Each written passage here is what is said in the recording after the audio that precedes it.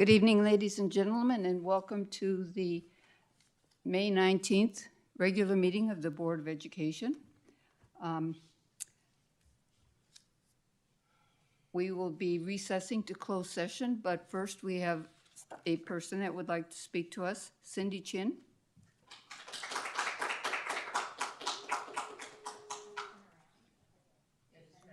Yeah, you can pull the microphone back.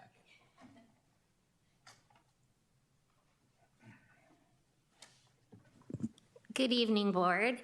My name is Cindy Chin, Cynthia Chin, if you want to find me on the seniority list.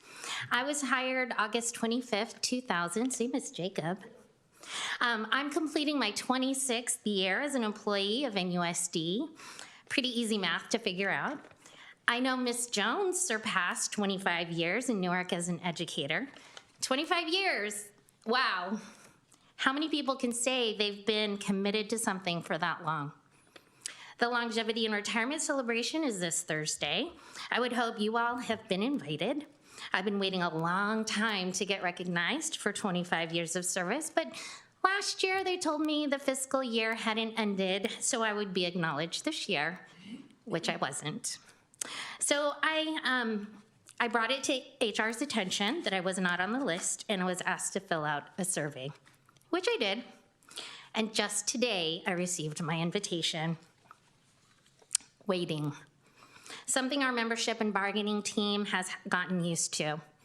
I'm thankful that for 5 times negotiations were able to happen since March, but now we wait again for the new school year, another school year without a contract.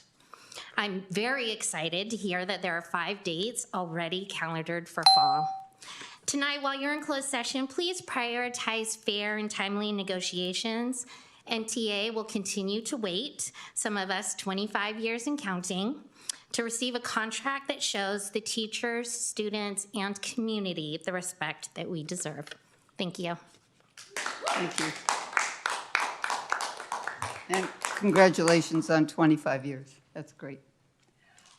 Next, we will be recessing to closed session, where we will speak to public employee dismissal, discipline, release, and complaint, conference with legal counsel regarding anticipated litigation, 1 case,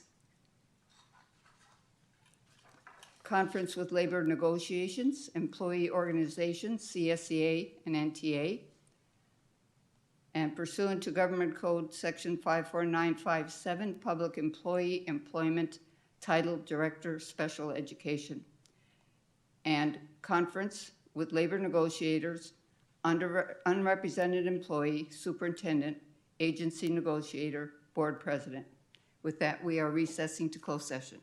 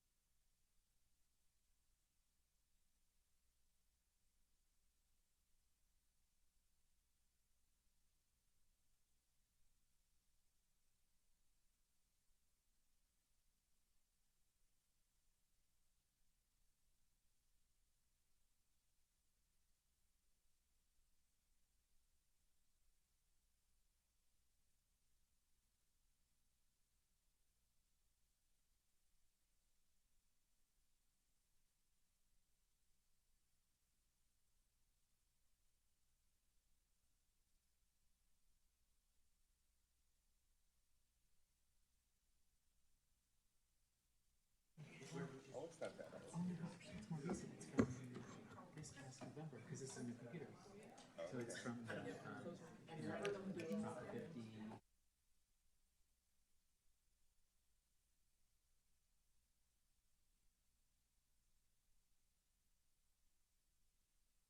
Good evening, ladies and gentlemen, and welcome to the May 19th regular meeting of the Board of Education. We have just returned from closed session. No action was taken, but we will be returning back to closed session at the end of the meeting. Jasleen, would you please join us or lead us in the pledge? Pledge allegiance to the flag of the United States of America, to the republic for which it stands, one nation, under God, indivisible, with liberty and justice for all.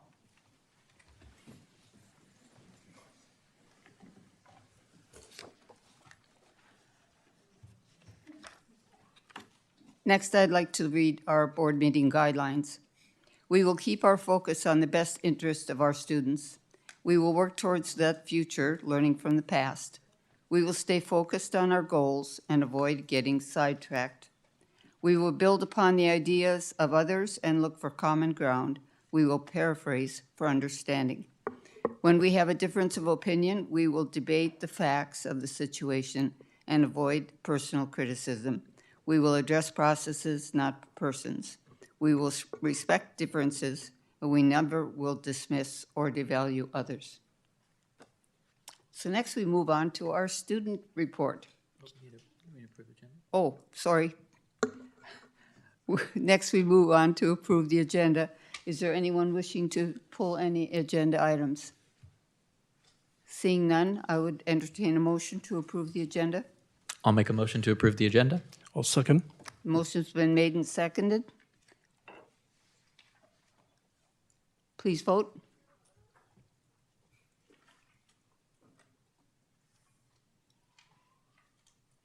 Five ayes. Thank you. 6 ayes. Okay, next we move on to the student report. Ms. Jasleen?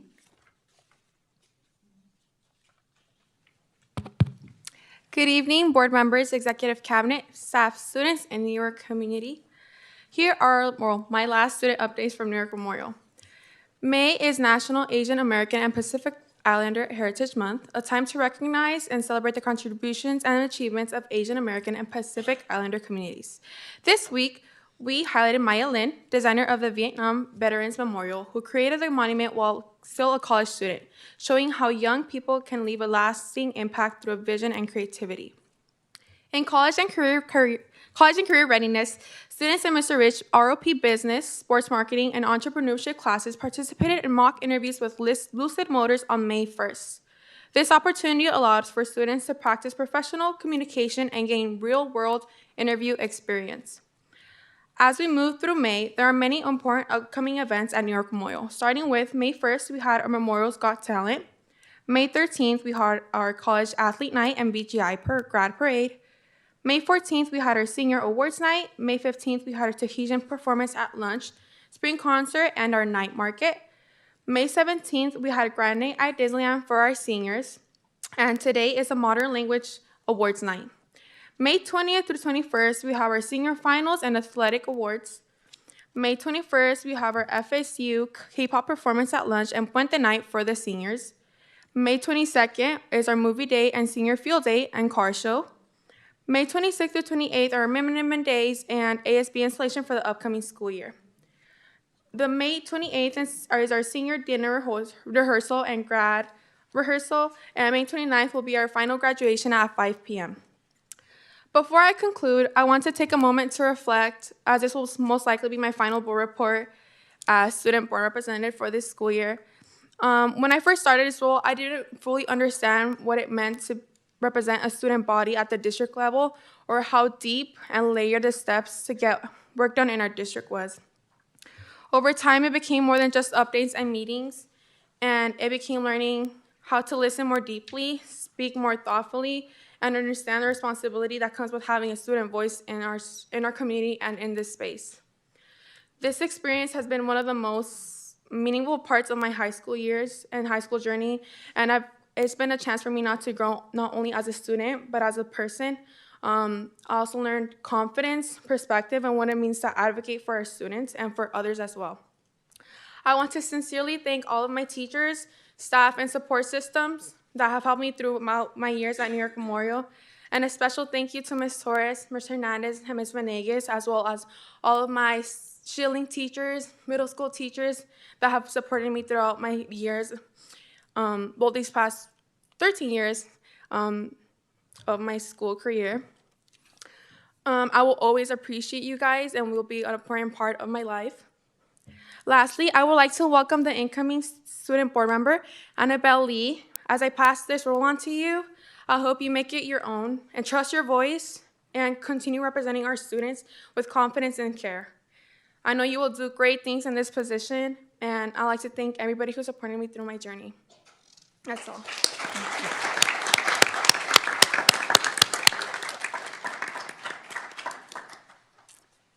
Next, we move on to employee organizations, NTA.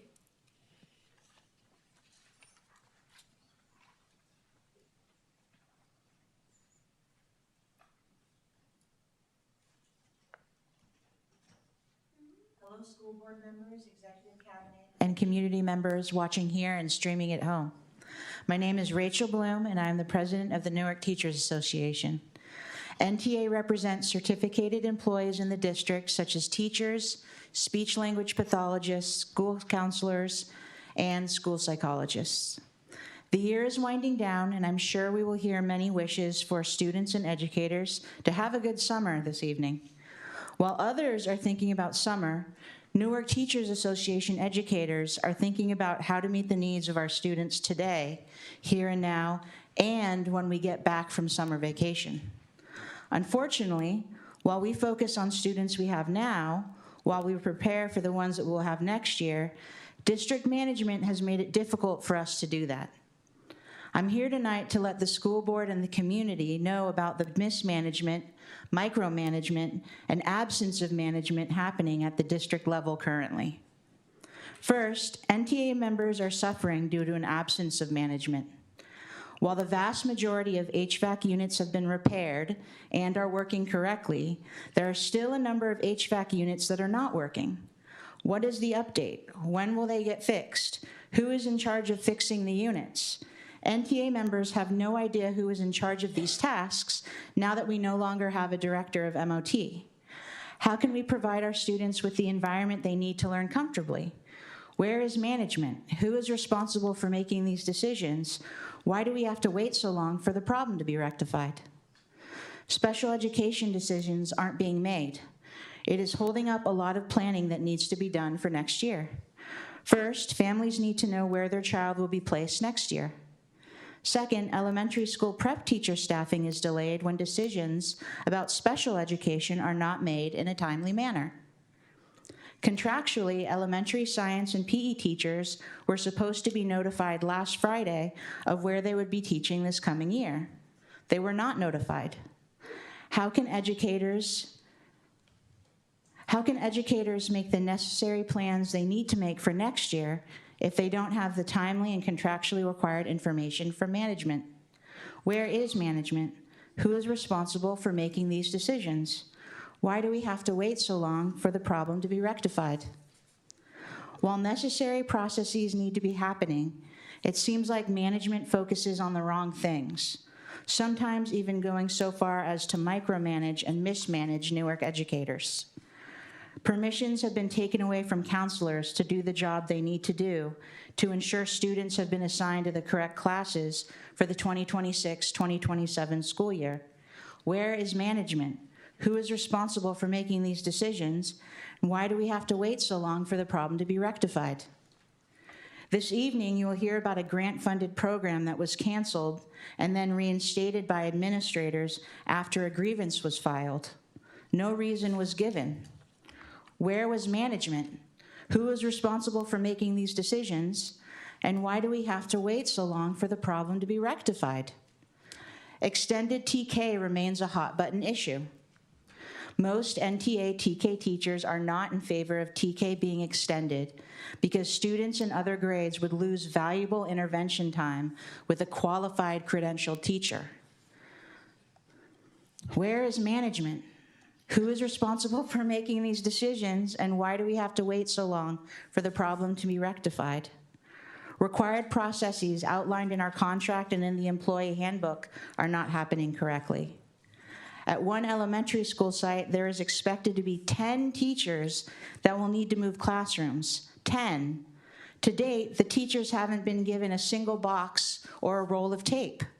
Where is management? Who is responsible for making these decisions, and why do we have to wait so long for the problem to be rectified?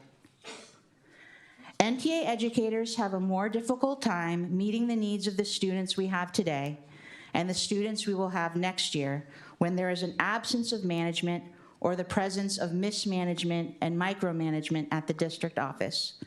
We cannot end the year successfully or start next year successfully if management keeps dropping the ball. When district level management does so, there can be dire consequences. Qualified, enthusiastic educators are leaving the district because management isn't doing its job. I have 2 examples of this happening. I heard there is a resource teacher at an elementary school who wants to come back next year, but she still hasn't been rehired. We know there is a shortage of RSP teachers. We know it's very expensive to hire a contracted RSP teacher. Where is management? Who is responsible for making these decisions? And why do we have to wait so long for the problem to be rectified and the teacher to be rehired? Finally, a huge blunder has been made regarding staffing next year. There is a person currently teaching elementary school here in Newark that is a 3rd generation Newark teacher. Yes, you heard me right. She is a 3rd generation Newark teacher. Her grandmother was a Newark teacher. Her parents are Newark teachers, and she is currently teaching in Newark, but not for long. Management took so long to figure out staffing that that teacher has now signed with New Haven. NTA has been warning the district and school board members for the longest time that people will leave the district due to mismanagement. Well, here is the ultimate example. I understand that the end of the school year and preparing for the next school year is a difficult process, but it would be made easier for everyone if management made decisions in a timely and transparent manner and then let us NTA members do our job. When management is ready, NTA members are looking forward to working together to create the schools that Newark students and families deserve. Thank you.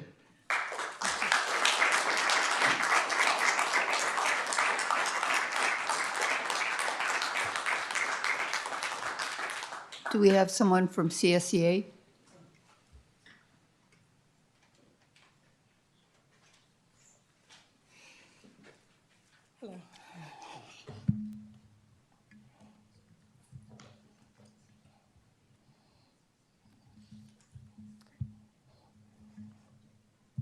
Sorry, I'm a little unprepared tonight. Hello, members of the board, staff, and community. My name is Sarah Kieser. I'm the CSEA Vice President of the Newark Chapter number 208 and a member of the CSEA negotiating team. I want to start by mentioning that we are currently celebrating CSEA Week, so it started yesterday. I would like to acknowledge the fact that the district has finally brought the 26-27 CSEA work year calendars to the board for approval. As you can see, the 26-27 school year calendar was approved by the board on January 10th, 2026. Until the calendar is approved, classified members don't know when we are supposed to return to work for the new school year for our 10-month employees, or when breaks are in order to plan for vacations for those of us who work 12 months. So in the past, our school calendars were prepared 3 years in advance, and they included not only the instructional calendars, but also the CSEA work year calendars. Preparing and approving multiple years at a time saved time in the long run and reduced confusion for our staff members as the start and end dates continue to roll back farther each year. In addition to this concern, we continue to be blatantly disrespected at the negotiations table. Tonight, you are voting to increase the management salary schedule by 1.75%, starting July 1st, 2024. CSEA continues to request information regarding the additional 1.75% increase that was provided to NTA for the period from January 1st, 2024 to June 30th, 2024. The numbers being provided are not equitable. When we ask for clarification, we cannot get an answer that aligns with the way our district has done business in the past. Yesterday, we were at the table again. CSEA has been negotiating with the district for over a year. Our contract has been expired for almost a year because it expired on June 30th, 2025. We have been out of this contract, just like the teachers. Now that we have finally started discussing the incremental increases in our income, the district has refused to plan ahead. We were only offered an increase for the 25-26 school year. We requested information for the 26-27 school year because we are at the end of 25-26, so that way the district can budget for it, because that has not happened in quite some time. We respectfully request that the board and the district budget for us when they're creating the budget, rather than waiting until the end of the fiscal year.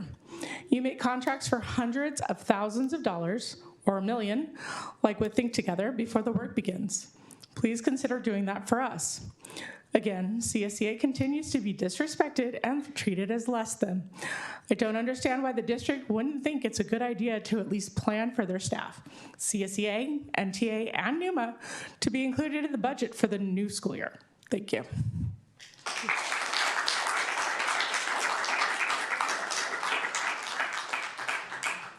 Numa?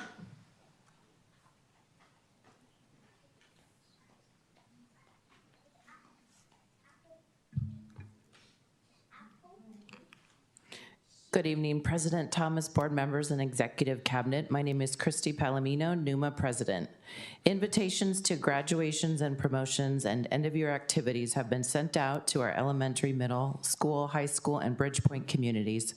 The community is looking forward to celebrating our scholars' accomplishments during our promotions and graduations. We want to thank all NUSD board members invested in our scholars' education, certificated, classified, maintenance, child nutrition, custodians, office staff. At the last two meetings, we have highlighted NUMA members and have given shout outs to our principals, assistant principals, behaviorist, manager of parent engagement, athletics director, and the director of child nutrition, educational services, special education, and pupil services. Tonight, we want to give a shout out to our final group. This group works behind the scenes supporting some of the NUMA members we've already highlighted, as well as school sites. The superintendent, ECAB, the Board of Education, and any place else they are needed.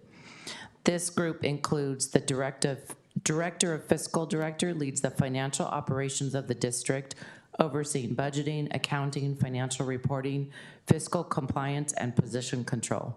Supports the Assistant Superintendent of Business Services with the adoption of the annual budget and required reporting, supervises payroll and accounting team.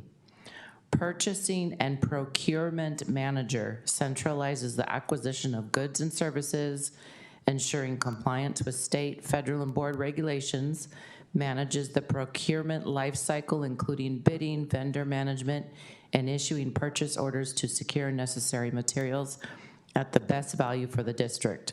Prepares, reviews, and analyzes bids, requests for proposals, RFPs, contracts, and travel and conference requests for compliance. Bridges the gap between vendors and district staff, providing leadership and procurement methodology. On a monthly average, 225 requisitions from sites and departments are reviewed and approved.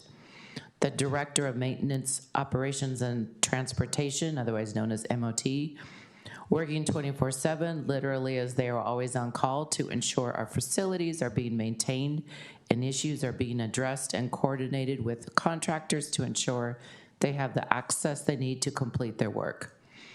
Information Technology Director collaborates with teachers, site, and district staff to identify areas of potential technological advancement, including instructional hardware and software or operational systems to maximize efficiency, plan, implement, and manage large-scale integrations, migrations, and upgrades, ensures compliance with privacy and security protocols and regulations, oversees the student information system and state reporting for CalPADS.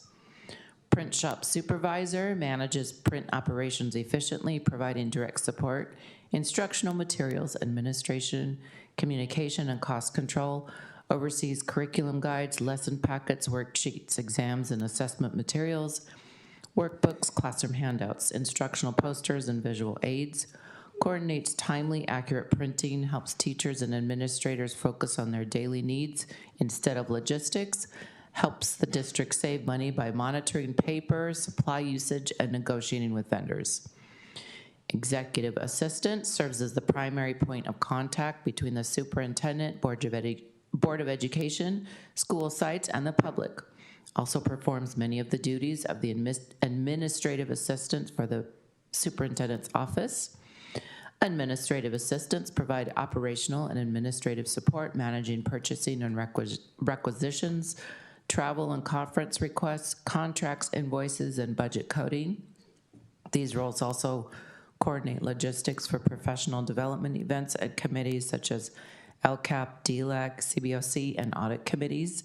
They support school sites as needed and ensure board agenda items and documentation are processed accurately and on time. Nutritionist plans and evaluates meals to meet nutritional standards, provides nutrition education, and promotes healthy eating habits among students and staff, assesses dietary requirements, including special diets and health-related needs, supports menu development with student taste testing, and has started a nutrition club that meets monthly at Schilling Elementary, has implemented wellness programs within the district and community. The NUMA staff at our sites and district office are an integral part of the district support system. They work tirelessly to ensure program regulations are met and the students and staff have a safe, supportive environment. Whether working directly with students and families or behind the scenes, NUMA members are committed to connecting families with essential services and resources. Their dedication ensures that every student has what they need to reach their full potential. Now you've met all our NUMA members. We are a small but mighty group. At this time, we would like to thank the board, our superintendent, Tracy Vicar, assistant superintendent of HR, Michael Williams, and our assistant superintendent of business services, Victoria Knudsen, for recognizing our hard work and approving the NUMA salary increase at our last board meeting. We look forward to working collaboratively to finish our year stronger than ever for all scholars and families. Thank you. Thank you very much.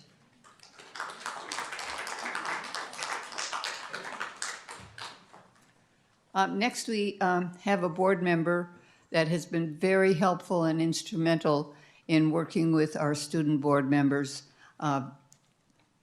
current, past, and coming. And so I'd like to turn over the next agenda item to Ms. Jones. Thank you. Do you want to go first? Do you want me to go? Okay. I would like to first thank Jasleen for being our student board member this year. Thank you for a fabulous year as our student board member. You have kept us informed of the current events at the high school and given us the athletic highlights throughout the year. Thank you for bringing the student perspective to our dais. We wish you all the best as you graduate and best wishes for a fabulous experience at Berkeley. So will you meet me up?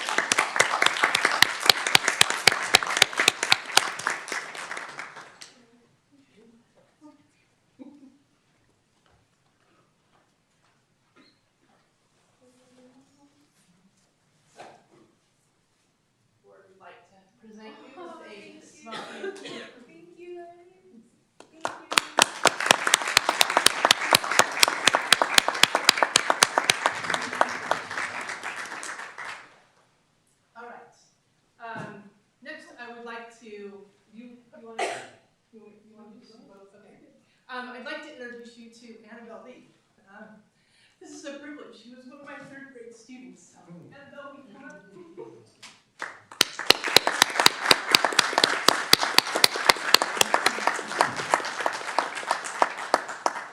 So, Annabelle a sophomore at Newark Memorial. I am proud to say, obviously, because I'm emotional about it, that she was one of my third grade students, who I remember very well, and I've kept pretty good tabs on her.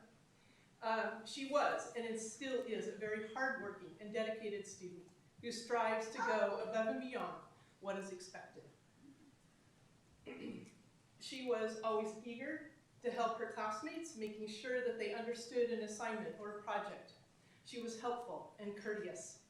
Annabelle has taken on leadership roles at both Newark Memorial and Newark Middle School when she was there.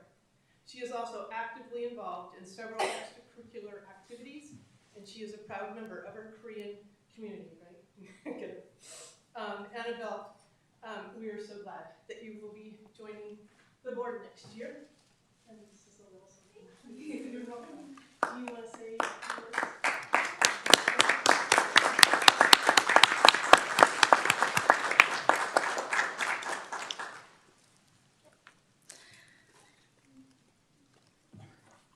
Good evening, everyone. My name is Annabelle Lee, and I will be the student board representative for the 2026 to 2027 school year.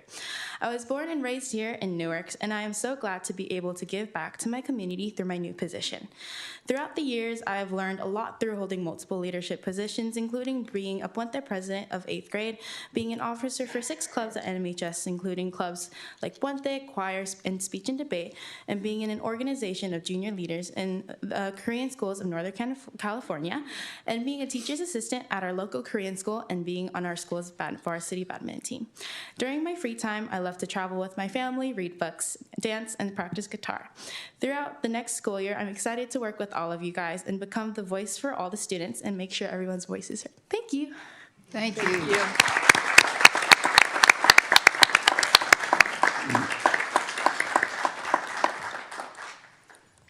So agenda item next is public comment.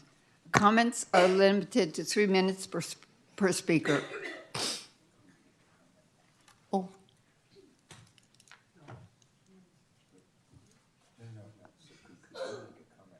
Oh, absolutely. Sorry. So, Jasleen, thank you. You're going to be missed. And Annabelle, welcome. We're looking forward to working with you.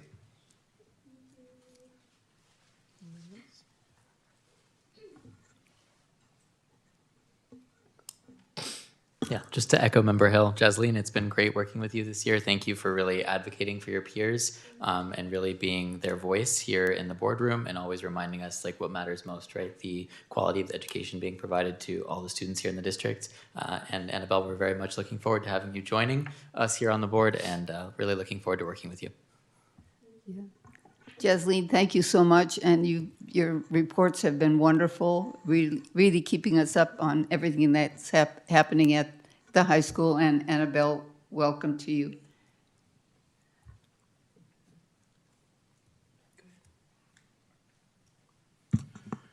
Member Jasleen, I just wanted to mention that we wish you the best in your new endeavor. I believe Berkeley bound, is that correct? So we want to go ahead and just make sure that you continue to come back and support your community and also your colleagues and also your community.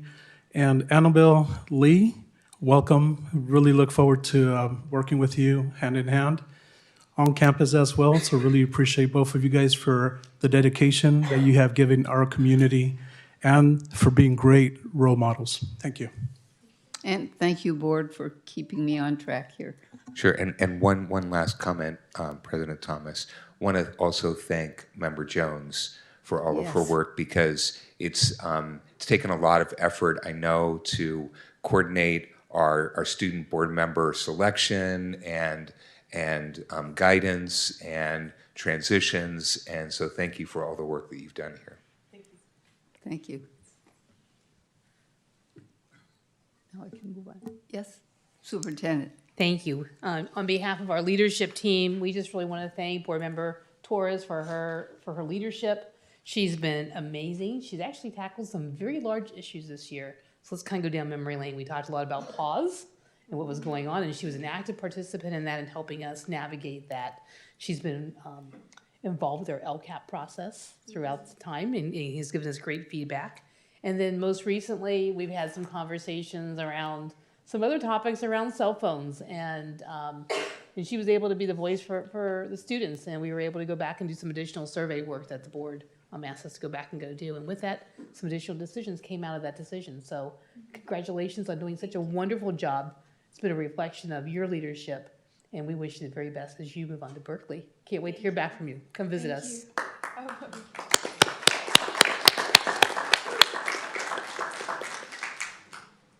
Great, thank you all. Anyone else? No. So next, public comment.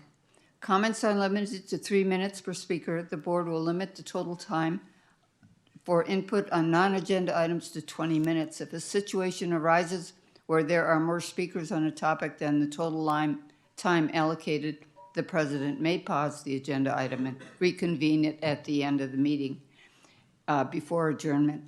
In order to ensure that non-English speakers receive the same opportunity to directly address the board, non-English speakers who utilize a translator shall be provided at least twice the allotted time.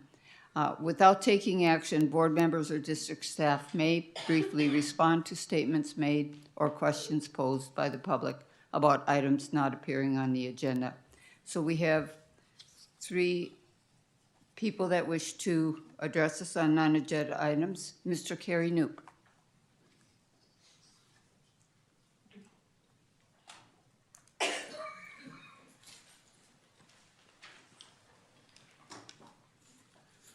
Good evening, board, staff, and members of the public.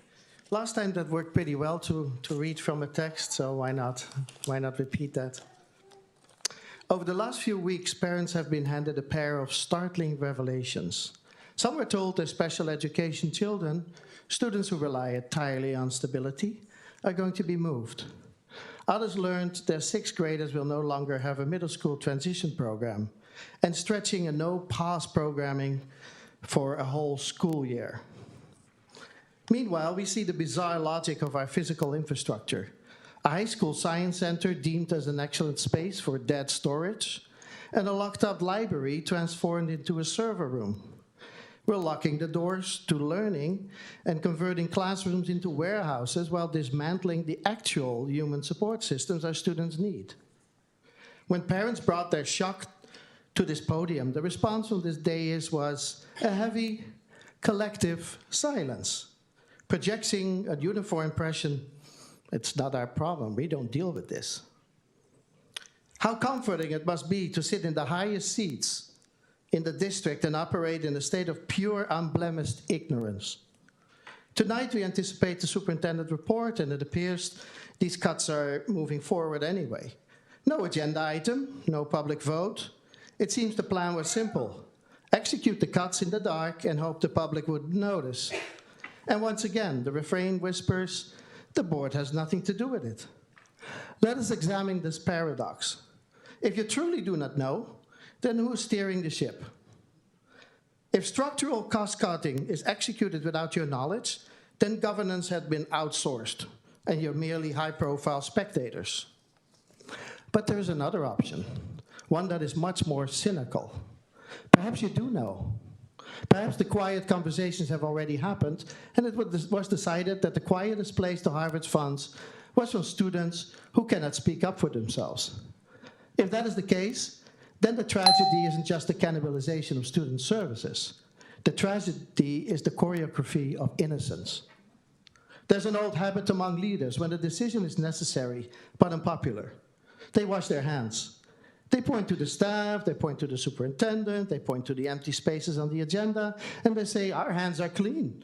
We're not involved. But the school board is not a theater troupe, and public service is not a performance of plausible deniability. Budget cuts are a harsh reality. Budget allocations are policy, and staff structural changes of this magnitude dictate the direction of this entire district. If those choices must be made, they belong here, in the open, under the lights, debated by the people who are elected to make them.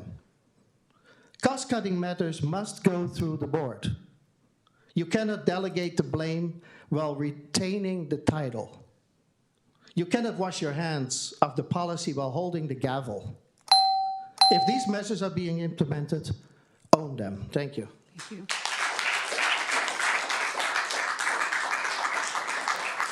Paula Clevenger.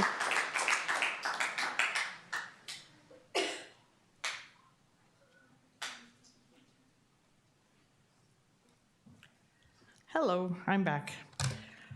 This time I want to thank Mike Williams and the management for approving 5 dates for the fall. I am on the bargaining committee. It has been a good show of working towards the Newark where teachers want to stay. Right now, it is difficult for young teachers to stay. One of the most difficult parts is when we get an offer like 1.5%. Then the very next offer is 1.6. COLA right now stands at 2.43 for the 25-26 school year and 2.41 for the 26-27 school year. Why can't we get COLA? Increasing the class size while making our increase to the hourly wage a whole $1, that's just a slap in the face. At several board meetings, it has become apparent that students and teachers are not the priority. Although the red shirts of NTA may not be here, we are still listening. We heard when you thanked the executive cabinet for the raising of the iReady test scores.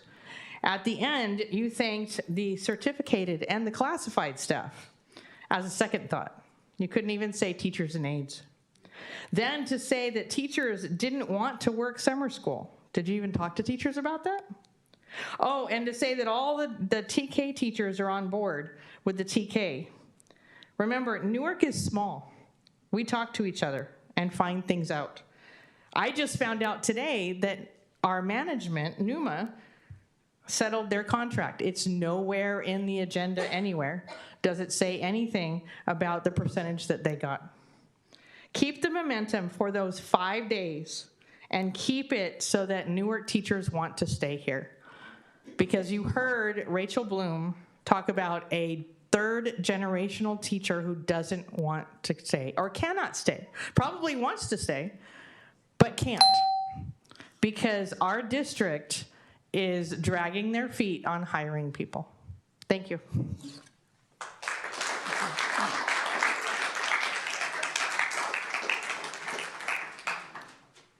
Jenny Soares. You can pull it for this week. You can pull it. Okay, thank you. Next, we move on to public comment on agenda items. We can hear this public comment now during this period, or we can hear your public comment when the agenda item is called. So I will be asking the following individuals if they want to speak now or when the agenda item is called. Ms. Nguyen on superintendent report? Now? Okay, please come forward.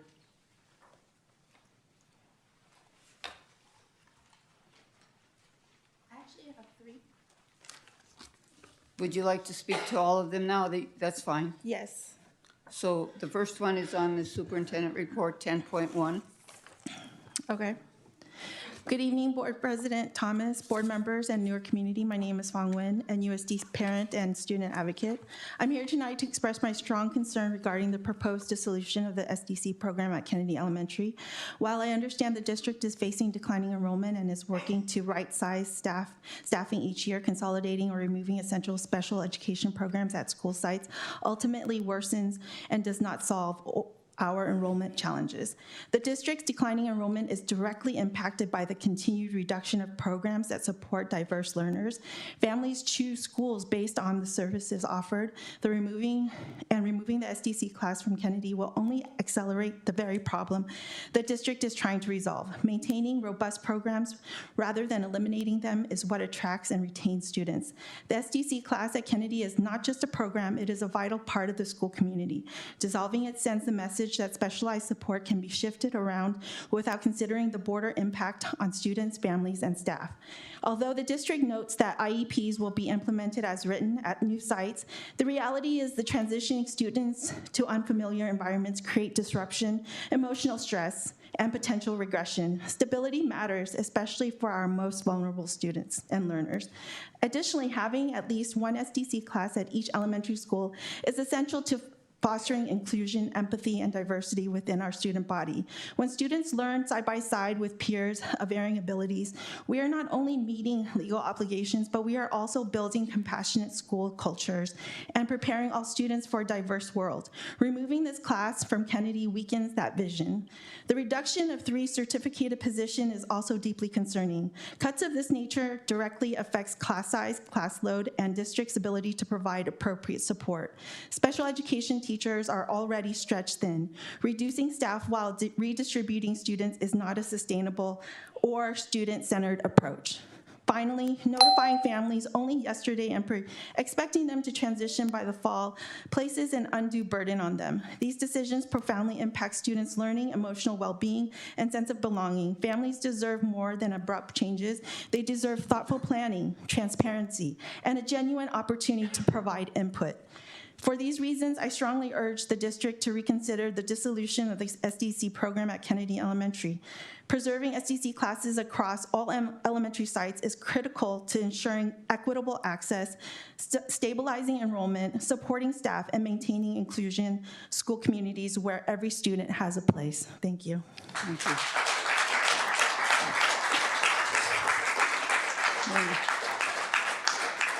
So you also have 12.1, the E-rate? Yes, I have 12.1 and 2.4. And I want to start with 2.4, Public Employment Director of Special Education. Okay, 2.4 was A closed handled session, before yes, closed I session. understand, but I was not here, and this is public go- comment on an agenda item. So it is my understanding that the board is considering appointing the current Kennedy Elementary School principal to Special Education Director. Is this the plan all along, after weeks of meeting, leading families on and pretending that you are listening to their concerns about the dissolution of SDC at Kennedy? Are you going to turn around and promote the principal that has not been supportive of SDC families at Kennedy and is now going to manage special education district-wide?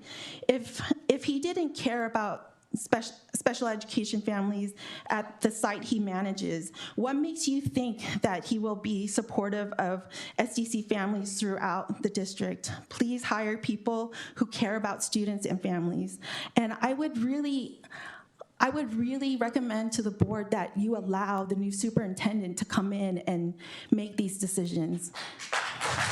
Thank you. Instead of like rushing. Okay, and then on agenda item 12.1, E-rate network switches, I have 2 things that really concern me.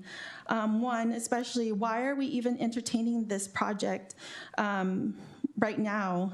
The IT director resigned, it's on the PAL. Who is qualified currently in the IT department to run this project? It is not as simple as simply plugging in into a wall and it will magically work. There are protocols and system configurations that need to be completed, and it needs special attention. Ms. Palomino read the job description of the current IT director. We need somebody in her place to be able to run this project. You guys are also approved at the last board meeting the relocation of the data center. Who's managing that? I mean, along with the switch upgrades. These are huge projects. The data center is the brain of the district. Please keep that in mind. This is no joke. Once your systems are down, you're not operational. And then 2, in the contract, it does not indicate E-rate, in the contract, it does indicate E-rate category 2, but doesn't explicitly explain what it is and does not show the actual 60% discount on the proposal total monthly expense. So right now, on the contract that you are asked to approve, you're paying a lot more than what you should be paying. So I would ask that the contract be explicitly showing the discounted rate that you guys are getting. Thank you.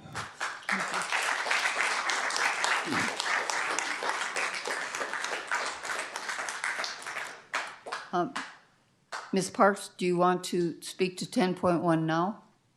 I'll wait for 10.1 is the next item. Okay, 12.1, would you like to speak now? And 13.1? I'll speak before my item, yeah. And 13.2? Okay.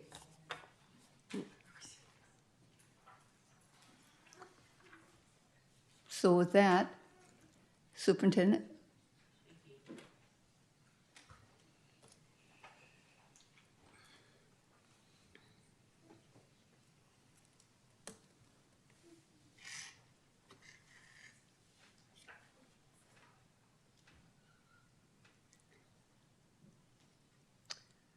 So this is Classified Appreciation Week, and we want to wish a happy classified thanks to our amazing staff that's out there and does the work each and every day to help and support our schools and our district. Each May, California salutes the important contributions of classified staff, classified school employees. A time to honor our classified employees, their hard work, their dedication to our students, and we thank you for your essential frontline workers who keep our schools up and running while making a difference in the lives of our students. So thank you. The high school summer credit recovery program. This is going to be a 10-day intensive program. We spoke to the board about this a little bit earlier in the year. First semester course is in the morning, and the second semester course is in the afternoon. We have 301 enrolled students, 37 from Bridgepoint.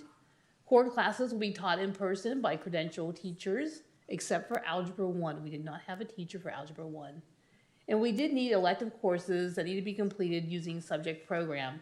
Elective courses are career focused. We're looking at Introduction to Computer Science, Entrepreneurship and Business Management. I believe there's a couple other courses as well too. I believe there's an arts program as well that we're also looking at for those that need to make up their VAPA requirement. Next slide. With regards to our special education update, you've heard some concerns from some of our speakers with regards to special education. We have concerns with declining enrollment in general across the board at all of our school sites and within the district. The district has asked staff to make sure that we continue to right-size our district, and so that is a part of what we've been looking at, and that also includes our special education program. We want to have students attend their home schools and sites as much as possible, and we want our programs to stay the exact same, just in different sites. Students with IEPs will be implemented as written. I do want to thank our families for meeting with me and with staff. We learned a lot about some of the concerns that you have. Reduction of 3 certificated positions will actually occur with this. Those will come from contracted positions that we currently have, and we'll be able to hopefully keep our hired positions. Some families will continue moving to new sites in the fall. Families were notified yesterday. And the last piece that wasn't on that last slide also included that we would like to be able to work with their families who are moving so that we can also prioritize placement for their siblings to be able to attend back at the school where there are other special education students. That's something the parents want. And our enrollment center is standing by to be able to help with that transition. Regarding the Newark Memorial High School North Coast section qualifiers, congratulations to the following high school students who qualified for the North Coast section in track and field. As you can see, we have some wonderful students who've been able to go out there and compete. The 2 lead champions also include Jacob Marshall in the 400 millimeter and Alice McCarty ×3 in the 800, 1600, and 3200. Those are remarkable accomplishments. I'm not going to read all the names up there, but we want to salute the great work that they're doing out there in representing Newark Memorial High School and Newark Unified School District. Next slide. Upcoming promotion and graduation ceremonies. We wanted to be able to share this slide here with our community as to what's happening and the variety of programs that will be taking place next week. It's going to be an exciting time. This is a time to celebrate and wish our graduates the very best as they move on to the next chapter, whether it's moving into a new grade level or as they leave Newark Unified School District to go on to college and career. And then congratulations to our high school. Again, we want to be able to recognize 2 very important people that are here in the audience. I'm going to ask Dr. Murphy to come up here and help me with this. And Ms. Allard, if you can come up as well to assist, that would be great. And I believe we have our students here, our valedictorian this evening. And I'm going to have Dr. Murphy say a little bit about our two students. This is Vihan Chikani and our salutatorian Kenji Kawabata. So congratulations. It's Chokani, right? Yeah, we got Vihan Chokani and Kenji Kawabata here. Vihan, you're going to UCLA. I'm gonna see, we're SC people, but it's okay. No, great school. We'll Great beat school. you in football. Yeah. Well, we are in the Big Ten, so we share that pain together. So, and you're in the ACC, so have fun with that one. Although you did beat, who do you guys? I don't know. Who you guys beat yet? That was big this year for Cal football.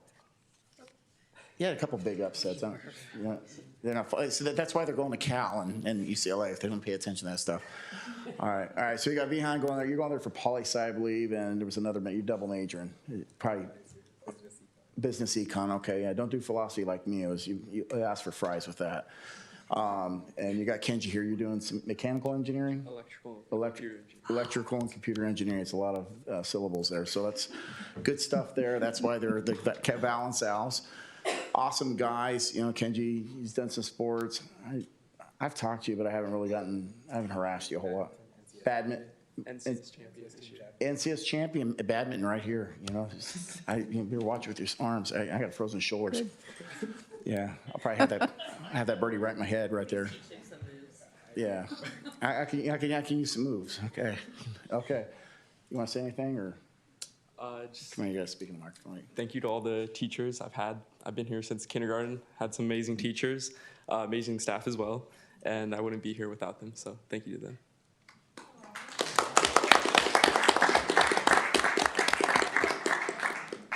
I'd like to thank the board for this recognition. It really means a lot to us and me specifically. I want to thank all the staff members, all the counselors, all the teachers. It's been an incredible journey throughout the school district. I know we have some problems, but I think overall this experience has been wonderful for me. I want to thank my family for all the support, all the resources, and thank you guys so much for this. It means a lot.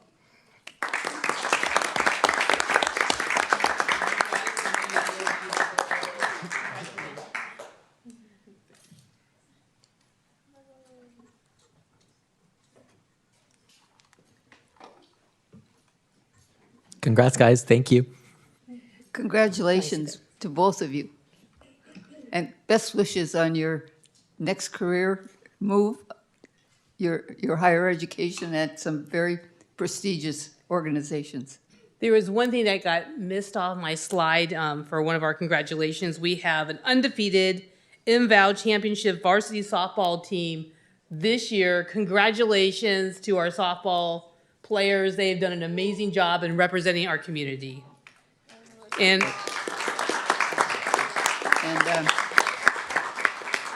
Ms. Parks, you wanted to make a comment on, no? Oh, I'm sorry. She put in a card. You can speak either. Oh, I'm sorry. That's all right. That's okay. I realized it, and that's not the presentation that's uploaded, so Well, we'll just move sorry. along. I cut the superintendent off without realizing. Could you wait until she speaks? Oh.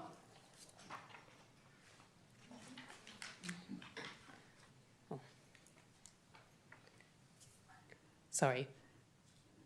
There's one other piece that we missed that we want to make sure that we send out a congratulations to, and that's for our first place NCS division for division number 2 for badminton team championship. So congratulations to them as well.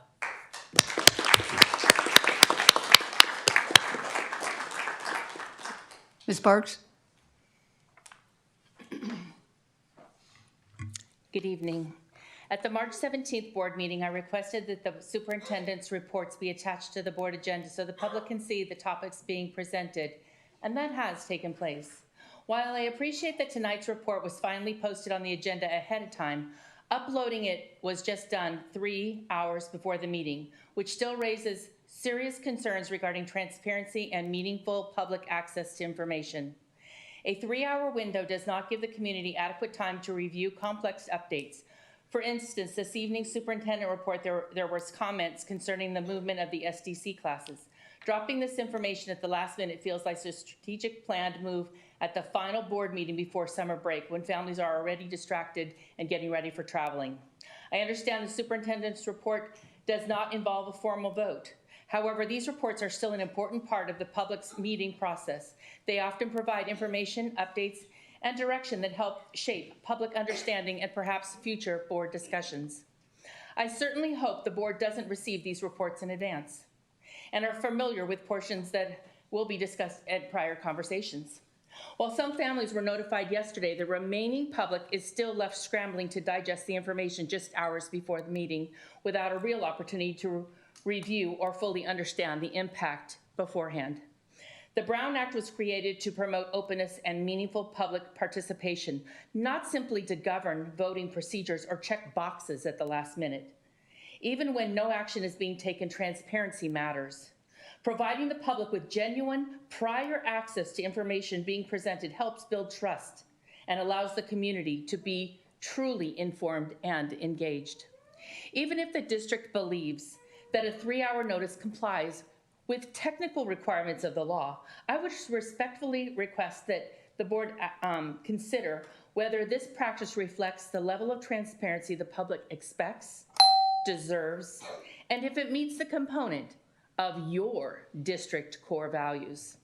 I encourage the district to begin posting the superintendent report concurrently with the initial agenda packet so that you, the board, and the community have a fair and meaningful opportunity to review the information well before the meeting takes place. Thank you very much.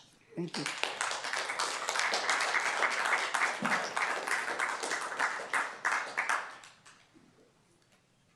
So this is the time of the meeting when we have staff reports. Superintendent? Thank you. This evening, we've got a special guest with us this evening. It's our K-12 Pathway Coordinator. I wanted to comment Sure. on the superintendent report. I'm sorry. Yes. Yeah, so couple of things. So I had a comment on slide 3, special ed. Then I had a question and a comment on slide 2, credit recovery. So special ed, we had families come a couple meetings back expressing concern about making changes to special ed. And at that point, we talked about putting any changes on pause. And I really think that it needs to stay on pause. This is a complex topic. There's a lot of moving parts, and also we've just recently had our special ed director resign, and we really need leadership in place. And so during the board comments, I will be making a request to the board that we put it on pause, or if we don't want to do that, then that we put it up for a vote, because I think that we need to have information, and I think the board needs to endorse it because it's an important issue. So that's number one. Number two, regarding credit recovery, I had a question and then a comment. So the question is, we're saying that we're delivering in-person instruction for 10 days. So, and when we say in-person, does that mean aided with subject, or the classes that we're doing where we're calling it in-person, that is traditional instruction and doesn't involve online learning? So that's my question, and then I have a comment about it. I'm going to ask Ms. Allard to address the question for you.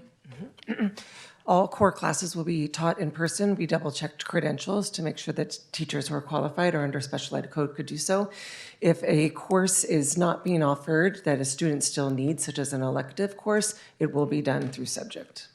Okay, but the ones that are not, where we don't have a credentialed teacher, we're not having those credentialed teachers use subject. As of when the superintendent report was done, which was on the slide, we didn't think we had one for Algebra 1, but we do so as of today. Okay, so again, the ones for, well, I just want to make sure I'm understanding. For anything where we don't have an in-person teacher, we will use subject, but when we have an in-person teacher, I forget what we're calling it, core, I don't know what core. They would teach the credit recovery class. Okay, so we're not using subject for that. Correct. Okay, great. And then the comment that I have related to this, because I'm concerned, because we brought this up in the last meeting, and then Ms. Howard, you sent us an email, and appreciate the update. But the concern that I have is that we're saying 301 total students, but we're saying 258 need to make up a failed course needed for graduation. So does this mean that there's 258 people that potentially are gonna be graduating this year that need classes in order to graduate? No, it could be for students who are this year sophomores, juniors. Okay, so it's could be any class that's required for Correct. graduation. Do we know how many are needed to graduate this year? No, but I can get that information for you tomorrow. Okay. Because one thing that I just want us to make sure of, and we've had extensive conversations about it, is that we cannot fail our students, right? I mean, so we need to make sure that they have a quality education and that they are prepared to go out into the world. And we cannot cut corners on this. And I'm concerned, even if we set aside the whole online learning piece, the idea that we can do a full year's worth of instruction in 10 days to meet the requirement, it just seems highly skeptical to me. And so I really think that we need to dive deeper into this. And if we need to make changes or we need to somehow figure out intervention, but the idea that we're gonna, that summer school, that either credit recovery or summer school or whatever you want to call it is a pressure release valve to just push kids through. I don't want us to have that happen, right? And I'm not making any accusations, but I'm saying that we shouldn't allow that to happen. And as a parallel, because I think it's important for people to understand. So in Newark and in our school system, we have a proud tradition of sports. And we have some great teams and we built legacies. And I think that the people that are involved in those programs, they would never accept a participation trophy. And we should not be accepting participation trophies for academics, right? We need to set high standards. So I just want to make sure that we keep laser focused on that. So that's my comment. Thank you.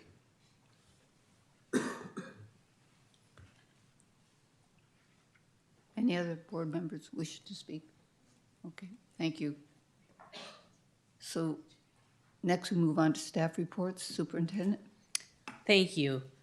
So this evening, I'm really excited to be able to share a presentation from our K-12 Pathway Coordinator with Ohlone College. This is a partnership that's among 3 of our school districts and also with our ROP.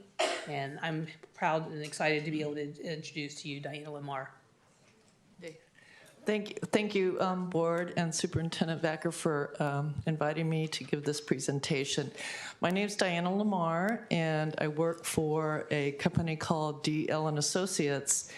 And if you're not familiar with the Strong Workforce Program, legislation came down through the, this is a community college program. It's actually run through the community colleges. So my contract actually is through Ohlone College, but Ohlone decided to do a pass-through to Newark. So it's a little bit confusing. But the whole mission and purpose is to strengthen CTE programs and pathways, both at the college and with the K-12 districts. And in this particular case, in this area, we have the Mission Valley ROP, who offers a lot of the career tech ed programs. So aligning all of those people together from New Haven, that's probably one of my jobs, aligning the people from New Haven and Fremont and Newark and Mission Valley ROP together with Ohlone can sometimes be challenging, as you can imagine. So next slide. So in the Bay Area, there are 28 community colleges, and they all partner with their relative people, such as me. And then in particular, in the East Bay, we have, that'd be the next slide. In the East Bay, we have 4 community colleges. We have Ohlone and the Chabot, Las Positas, Peralta, and Contra Costa. So each one of those colleges has a person like me. So we meet weekly and monthly in various committees. And so part of the outcomes and things that I've helped with the last year and a half, will be the next slide, we expanded the doors of communications between the 4 and 5 entities. Sometimes it's a little surprising if you think about a K-12 and higher system in the state of California. We have the K-12 districts, and we have the ROPs, and we have community colleges, we have state colleges, and we have universities, but they all don't align, for example, with the same schedule, the same terminology. They have different unions, different contracts. So sometimes just gathering everybody in the same room to discuss this can be challenging in itself. So I've been, sorry, that one wasn't quite fit. So I've been assisting with the development of the biggest thing we've done this past year with Ohlone College is I looked at their data, and they're one of the strongest community colleges in the state of California. When you look at the programs that they offer, they're very kind of more academic type programs, and they're really strong, and the kids do really well. I call them kids, but they're young adults. But what they noticed is their CTE programs were not dual accredited. They didn't have the dual articulation in their CTE programs. So we've been really working on that, bringing everybody together. We had 2 in-person meetings, and Newark came, and New Haven, and Mission Valley ROP identified potential CTE classes, and Ohlone is really excited. It's part of a big mission for them to do this, and we have identified 3 new CTE courses for next year that can be implemented, and hopefully next year we'll add some more, particularly identifying the areas of computer science seem to be a big push, as well as those other STEM type programs. Also, in working with Mission Valley ROP, they were awarded 2 additional K-12 workforce development grants, and the ones that they were awarded for those grants last a year and a half. They're in the areas of utilizing AI and automotive, and also to strengthen the dual enrollment courses in business. Business has been identified. It's been a little bit of a struggle with Ohlone, quite honestly, to get those business classes, partly because of the teaching requirements. So in community colleges, the teacher needs to have a master's degree in the subject area, which is not a requirement in K-12. So sometimes we identify the need, but actually implementing it could be a little challenging. Okay, next slide. So we've also been working in the Bay Area about a career exploration program. It's called Gladio Bay Area, which shows all the various CTE pathways that are offered in the various high schools and what community colleges they actually can go on to with those. So another example is the current workforce grant that Mission Valley has in place. It was awarded, and it's tied in with the culinary. Well, Ohlone doesn't have a culinary program, so students, if they complete that pathway in a K-12, they would have to go over to Mission Community College, which can be, the commuting can be challenging. But the whole focus on these grants is to identify livable pathways, which in the East Bay area means starting at $28 per hour. So a student that completes college through community college can get one of those starting livable wages. So that's what I'm real. So I think my next slide is about those goals for this upcoming year. To continue assisting with the development of these additional CTE courses, continue to provide technical support for the grants that Mission Valley ROP receives, because they receive the grants and there has to be funding and accountability, and so I'm in the process with that. I'm kind of the person that works with the state and then with Ohlone to make sure that happens, and to keep fostering the collaboration between the K-12s, ROP, and Ohlone College, and that we're meeting the labor market demands. I think that's it. So thank you. Do you have any questions for me? It's kind of a confusing position.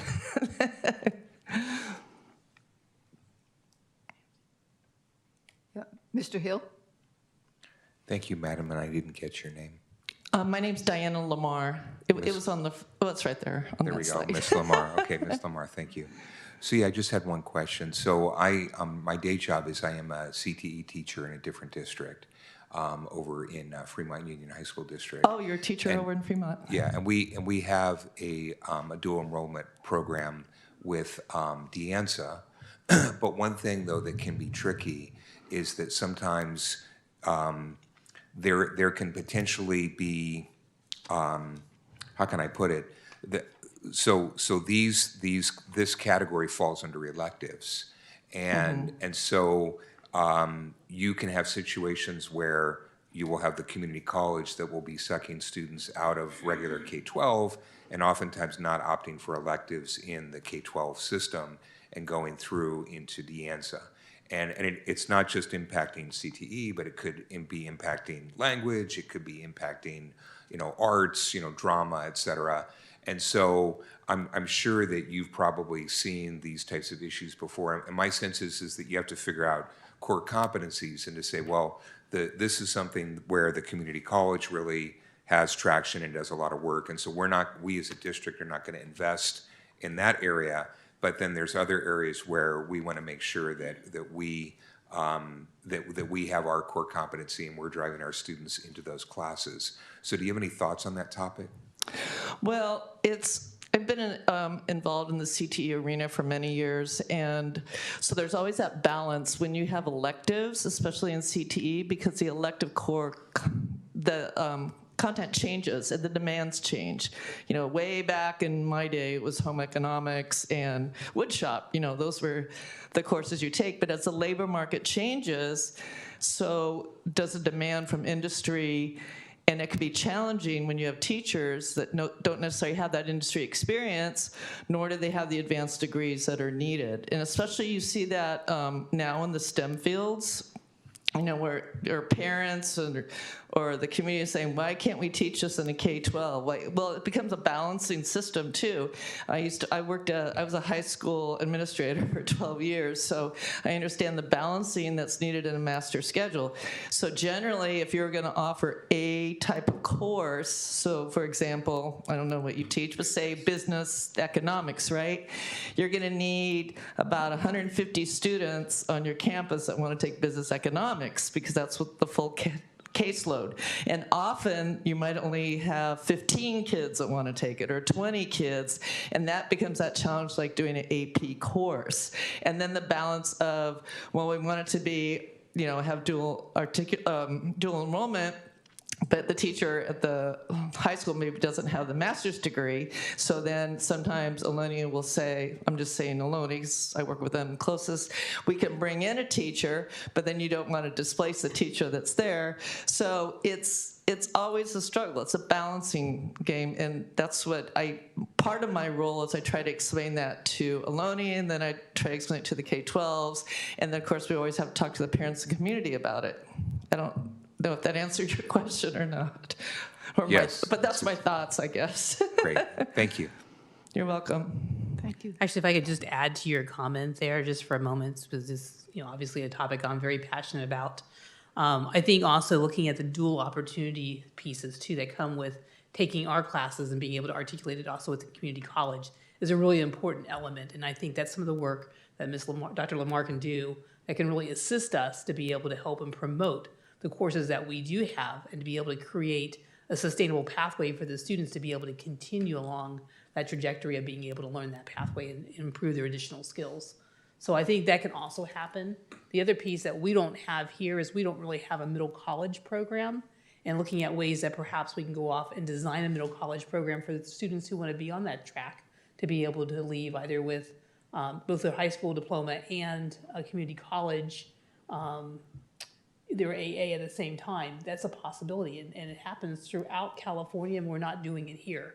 And so that's some of the work that we look at, those kinds of track and pathways to be able to help and support our students so that they have access to that. We have phenomenal teachers that are teaching some of our higher level type learning, especially in our AP courses that we have. But we can look at some of the things that we can actually track and actually filter right into the community college. And that's some of the work that they're really hoping that when they gave us the opportunity to be able to house the grant with us, for us to be able to have those conversations so that Dr. Lamar could help us get stronger and better with that.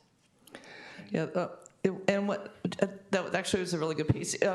Through these dual enrollment institutes that we had with Alonia, they had really targeted specific data that was kind of an aha for me, because one thing in this area, what you do have is a real strong college educated parents and families. You know, the parents are well educated, they want the higher level, but interesting enough, there's still about 17% of high school students that do not go on to either community college, nor do they go to a four-year college. And so what's happening with those 17%? What, you know, if they are going directly into the workforce, are they able to make $28 an hour, which is a livable wage?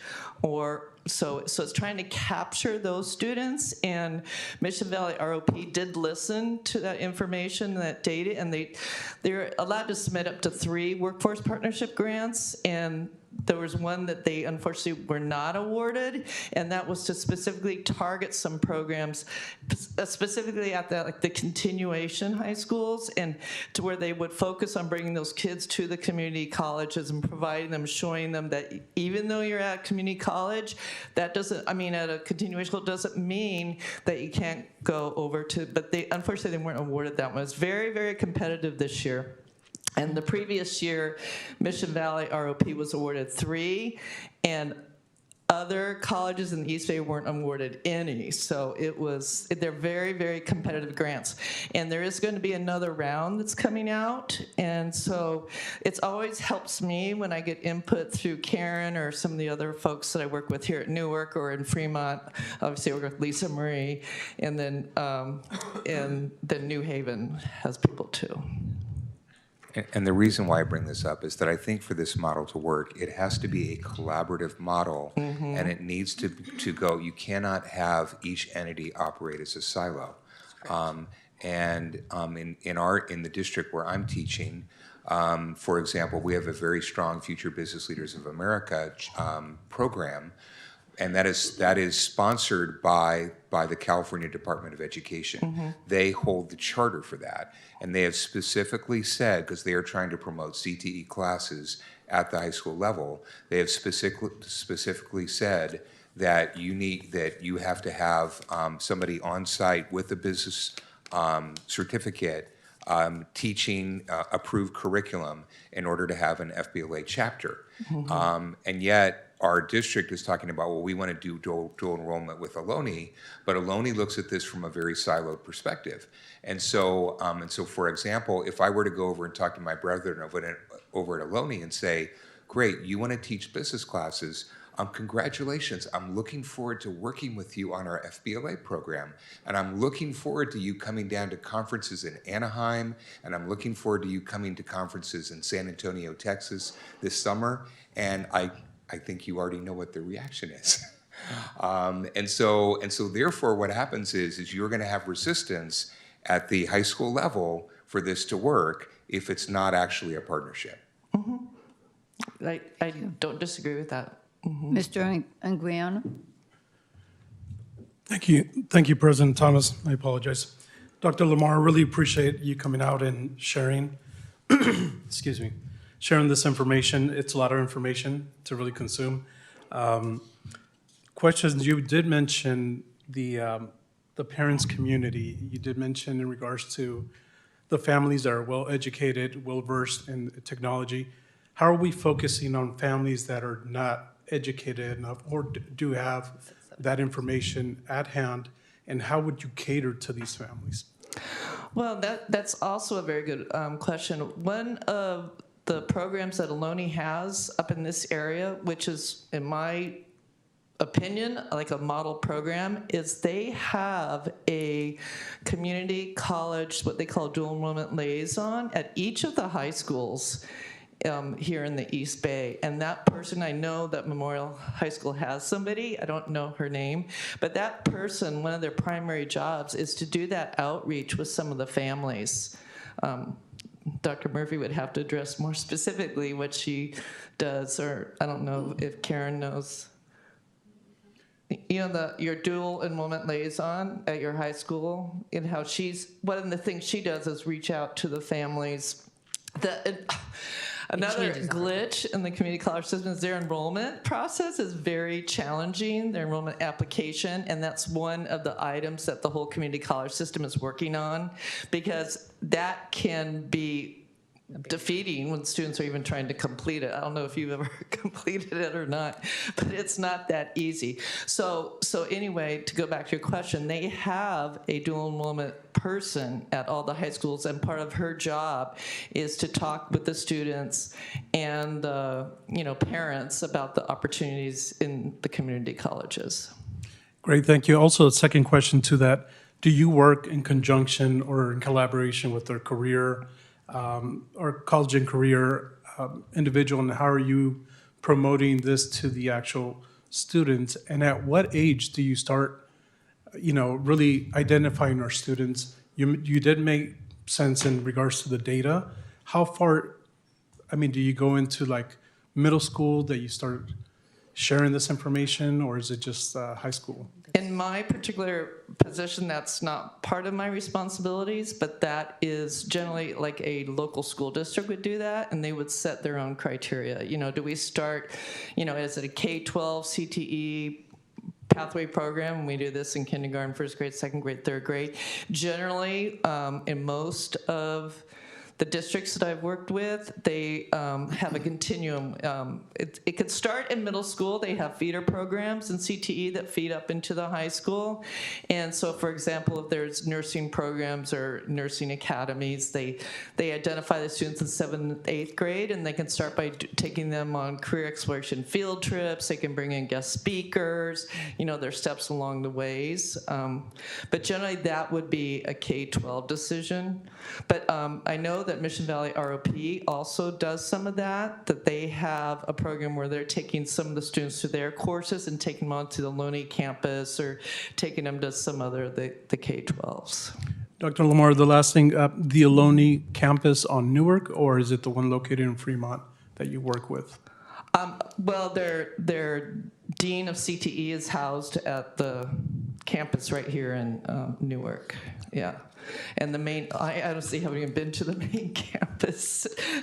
So just the one here where they have their medical classes. And I'm not well versed in regards to the process. Would it be taking the classes, the electives at the campus, or is it online? Is it hybrid? It can be done there's many models. It can be done in person where Ohlone actually brings the teacher in, like they have some classes like that now, or it can be a K-12 teacher who puts in an application to the community colleges and they're qualified for it. So that can happen. It depends upon the actual CTE class. So example, in graphic design and visual arts, the requirements to be a community college teacher they're more based on experience necessarily. You don't have to have a master's degree, which is different than if you're going to teach a foreign language. Yes, you have to have a master's degree. So depending upon the discipline is where the requirements can change. But sometimes they even do a dual enrolled, a dual teacher. Like Ohlone will bring in a teacher and the teacher can teach alongside with the K-12 teacher. So that's another model. It varies. It really varies. Thank you. You're welcome. Anything else? Anything else? Okay. All right. Well, if you want to get a hold of me, you can do so through Karen. Thank you very much. I just want to take a moment just to thank Dr. Lamar for being out here. This is her second year with Newark Unified School District and supporting all of our schools. It was a position that really kind of struggled, I think, at Ohlone College for a while. When I first came, Ohlone College and I had a conversation about what does this look like, how do we support it, how do we make it more collaborative, and I think we've been able to start to make those inroads, and I honestly believe it's the success of what Dr. Lamar has been able to do. I think she's been a great guide for the rest of the people that are in her same position in the other kinds of areas. I think they've been able to collaborate together so she gets to hear about the other models that are happening in other regions. And I think that is really to her credit to be able to come back and share that information with all of us. But I really appreciate the opportunity. The position was, I think, vacant for 2 years. And so the biggest challenge was, as you said, pulling everyone together because everyone was working on their own silos because there wasn't anyone there. So just pulling people together. And I think Karen was at the meeting we had at Ohlone College, and ROP was there, and all 3 of the districts. And it was really kind of headway because it was kind of aha, hey, we're all here working on this together. So that's really the biggest goal for next coming, if my contract's renewed. Okay. Thank you. Thank you for the very much. opportunity. Hope I didn't scare everyone away. The Arts, Music, and Instructional Materials Block Grant. Thank you. At this time, I'll turn it over to to Mrs. Allard to take on this item and share it with you. Thank you. Good evening. Just like at the last board meeting with the Educator Effectiveness Block Grant, the purpose of this short staff report is to keep the board informed regarding the Arts, Music, and Instructional Materials Block Grant that was originally approved several years ago. No action or vote is needed. At the November 17th, 2022 board meeting, the Instructional Materials Discretionary Block Grant Expenditure Plan for $3,143,753 was approved. The grant provided $3.6 billion across the state to support various educational needs, including materials, professional development, and previous COVID-19 support. Funds are available for expenditure through June 30th of this year. If any amendments are made to the plan, the California Department of Education requests that school districts review the changes with the board to maintain alignment with district goals, ensure transparency, and for auditing purposes.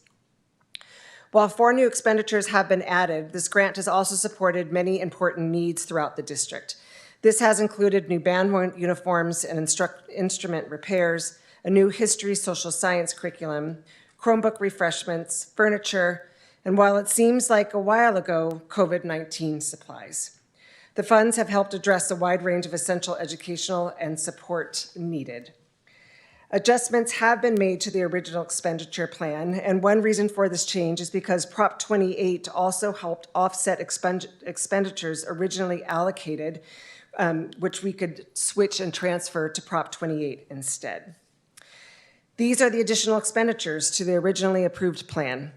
Summer school credit recovery salaries for certificated and classified staff last summer. This expense is now an LCAP action. New supplemental novels at Newark Memorial High School. It has been over 10 years since this has been replaced.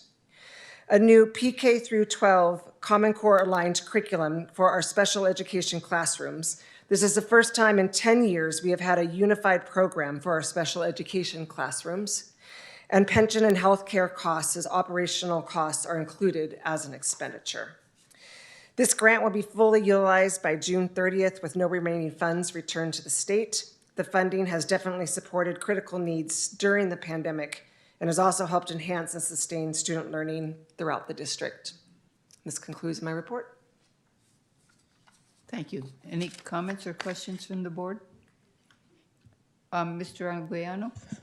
Ms. Allard, really appreciate you mentioning the allotment that you have for $3,143,753.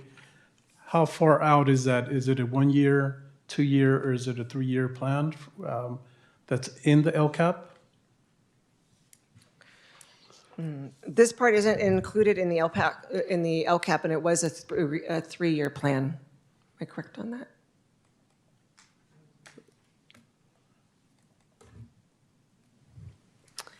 The LCAP is a 3-year plan, but the grant that we're speaking of specifically tonight that we need to update has to have an expenditure by the end of this year. This year.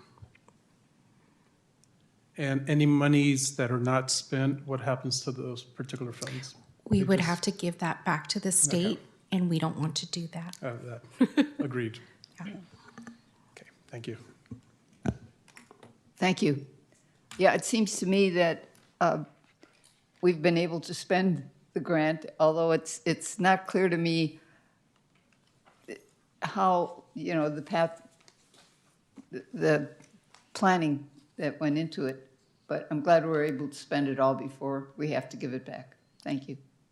So there's a lot of flexibility that was in this particular grant. I think this is one that was originally kind of dreamt up as being part of the legislative initiative, strictly tied really just to arts, music, and then the instructional piece kind of came in there, which gave us a lot more flexibility. It was at a time that they were kind of collapsing down some other things, and so they kind of gave additional considerations for districts to have a little bit more discretion within this grant.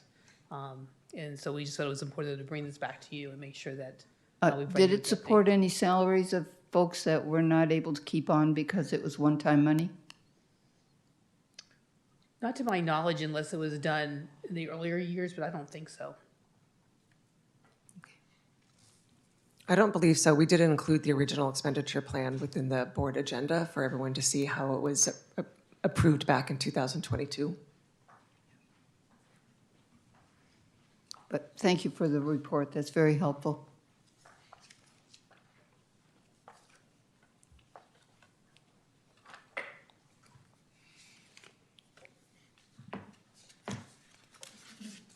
Superintendent, the Golden State Pathways Program. Thank you. I'd like to introduce Jacob Goldsmith to come up, and Dr. Murphy, if you would like to join him. I don't know if you're doing part of this or not. I'm not 100% sure. No. I've got it, but if you want to add anything when we conclude, that would be appreciated. Before you get started, I just want to say thank you to Jacob for being here this evening and for doing this presentation. This is a grant that we received, and Jacob was, one of the original ones that helped write this grant, along with the ROP and some other players here in our community. So thank you for being here. And thank you, Superintendent Vicar, for the invitation to report to the board on this project. This has been among the most exciting and impactful work that I've done in 26 years with this district. And on the first slide, this is a very quick timeline of what brought us to where we are. We started teaching our first AP Computer Science course in 2016. The course is AP Computer Science Principles, and I'm proud to share with the community that we were among the first cohort of schools in the nation to offer this course. We were on year 1 of this new course. In 2020-21, then Superintendent Dr. Triplett made it a priority to elevate K-12 STEAM as an enhanced priority. And as part of that, we added a second course, AP Computer Science A. And just for clarity, that's a 2-course sequence, AP Computer Science Principles, then AP Computer Science A. You can thank the good folks at the College Board for making the second course A. And in 2024, February 21 to March 15, we worked on and submitted a $500,000 GSPP grant application to the California CDE. And when that was submitted in March, we had to wait until October 11th. It was an unusually delayed approval process, and we were awarded $366,000. The fact that we were not awarded the full amount that we applied for was in no way a negative evaluation of our district. They awarded more districts than they originally planned on awarding, so distributed their funds according to a formula.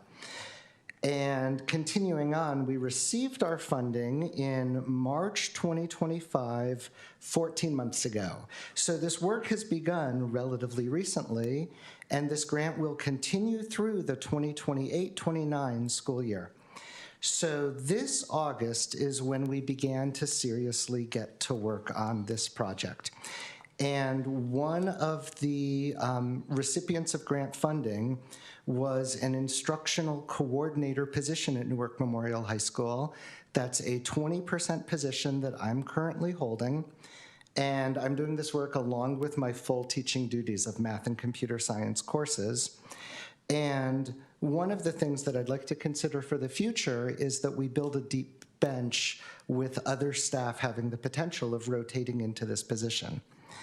And then there was an obstacle to our work from December 19th to March 9th, 2026. This work was paused by our administration and then continued. I believe Rachel Bloom spoke about that briefly. So that was a 2-month pause. Everything we're going to be talking about here has been accomplished in the last 7 months. And I think that's going to seem pretty incredible when we look at the time frame. And we have 3 years left to go. And on the next slide, ASPP, thank you, currently enrolls approximately 70 students based on a class cohort size of 350. That means 20% of our graduates take 1 or more programming classes at an AP level.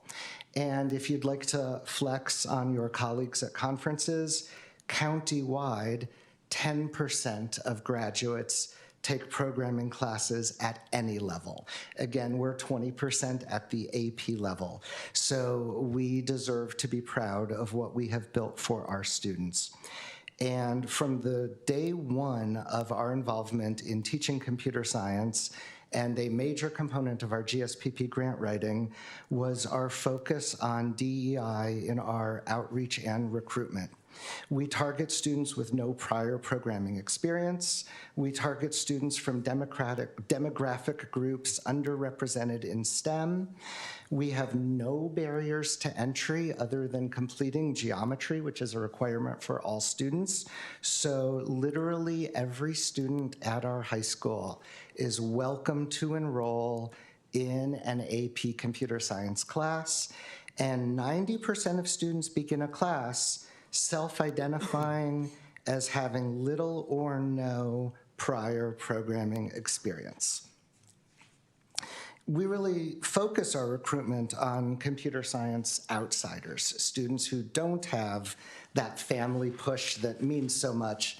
The insiders will find their way into the programs. So GSPP is a sort of a counterpart to CTE work. It focuses on academic pathways with college and career connections. So 3 of the components of the work that we're trying to do are to grow our CS offerings from what in the past felt like a collection of siloed electives into an organized pathway with college and career connections. So along with field trips and guest speakers, we're exploring adding professional internship opportunities. And our AP classes, because they earn college credit, already meet the standard of college connections, but we would love to see that grow to include dual enrollment courses. The next 6 slides are going to talk about these 6 bullet points. I will tell you quickly that the first was students' favorite, and the last is my favorite. And on September 26th, on the next 2025, we got to take 79 students along with 13 parents to attend Maker Faire in Vallejo. I'm going to read Maker Faire's blurb really quickly. From humanoid robots and drones to AI-powered builds and hacks, explore Arduino and Raspberry Pi projects, wearable technology, and retro computing. Students at that event learned to solder, built air-powered rockets, and learned to browsed and interacted with a world of creative computerized devices and the professionals who built them. Robotics, drones, and the bottom center photo is the Luminarium. It was an inflatable, programmable light show that was a student highlight from the visit. And as a little look back, when Dr. Triplett started the STAR project in 2020, he put a lot of district money into it. It was a sometimes contentious decision. I want to respect that. And ever since we've started doing this work with GSPP, it has become completely grant funded. So I'm also proud to be able to share that all of the things we're going to be able to talk about have had, to the best of my knowledge, 0 impact on the general fund, although a significant impact on the staff that have done fantastic work, and thank you, Jen, to support everything going on with computer science. One of those grant-funded programs was our STAR tutorial project, where we ran 1 hour before school and 3-hour after-school sessions held weekly. Sessions were held from September to December 2026. Average after-school attendance was 18 students, and the peak was 32. In this space, students could work with staff and independently to support academic success in STEM subjects. Our STEAM clubs would hold meetings and build sessions, and students received training to work with the STAR resources, such as 3D printers and our laser cutter. This was also kind of home base for our amazing robotics and rocketry clubs. These kids were there till 6 p.m. and later on a weekly basis. I was one of the people supervising that, but we had a team. Unfortunately, this was eliminated in December, I believe because of concerns over low attendance. And there was a feeling that this kind of mirrored the Milwaukee Forest Project. In fact, this happened at the same time that that was being talked about, the frustrations about a fully funded project still being denied approval to move forward. The next slide is about our CS certification exams. And Member Hill, the first time I presented about this project to the board, you had some excellent feedback about our senior capstone project, which we at the time called our Master of Code Award. And it was really a self-invented award by the STAR leadership team. And thank you for the pushback that something more formal was appropriate. We have replaced that with the Oracle-led 100811 certification exam for Java. So students who complete AP Computer Science Principles and then AP Computer Science A have the option of preparing for and taking this exam. This year was a difficult startup, especially because we were offline during January and February, which would have been a key enrollment and recruitment time. But even with those challenges, we've got 3 students in the final stages of preparing to take these exams, and more students who have already expressed interest in doing that next year. So I especially want to appreciate that feedback. And our other formal certification is the AP test for AP Computer Science Principles. Over the last 4 years, we have an average passing rate of 54% of our students, which I think is particularly outstanding because compared to some schools and districts where they take an exclusive attitude towards AP classes, for example, when I started teaching AP Calculus at Newark Memorial, they only allowed students with an A+ in the previous course into AP Calculus. I am not proud that all of my students passed the AP test that year. They would have without me. But where we are working hard to bring non-programmers into AP-level programming classes as their first experience. And 54% of high school students, often sophomores and juniors, are going on to succeed at a level where they are earning university credit, is something I believe this district deserves to applaud itself for. We also have grant-funded professional growth experience. The highlight of that was in 2023, when our partners at Bayside invited me to present at the CASE, that's the California Association of Science Educators conference, as one of their 3 focus speakers. It was sort of a tier below the keynote, sharing with districts statewide our story of how we effectively grew our computer science program from nothing to where we are now in less than a decade. Along with that, this year we sent 1 staff person to the CASE conference, 2 to the CUE, that's Computer Using Educators Conference, 2 of us, me and one of our assistant principals, to visit Skyline High School in Oakland to learn from their successfully implemented wall-to-wall pathway model. And this summer, I'll be participating in an AI community of practice under the CDE and the California STEAM Symposium. And the STAR Lab, it's just a room, but it's the space where all of this happens. And it has brought so much joy to watch this come to life. Because a picture taken a year before those would have looked like a storage warehouse. Flagship activities this year have included mock interviews organized by Pete Rich in collaboration with Lucid Motors, and the Wonder Lab Day Camp, which is one of the most amazing student-led activities I have seen in my career, where a team of students organized a day camp for 60 elementary school students, and the high school faculty, we were there to watch the show.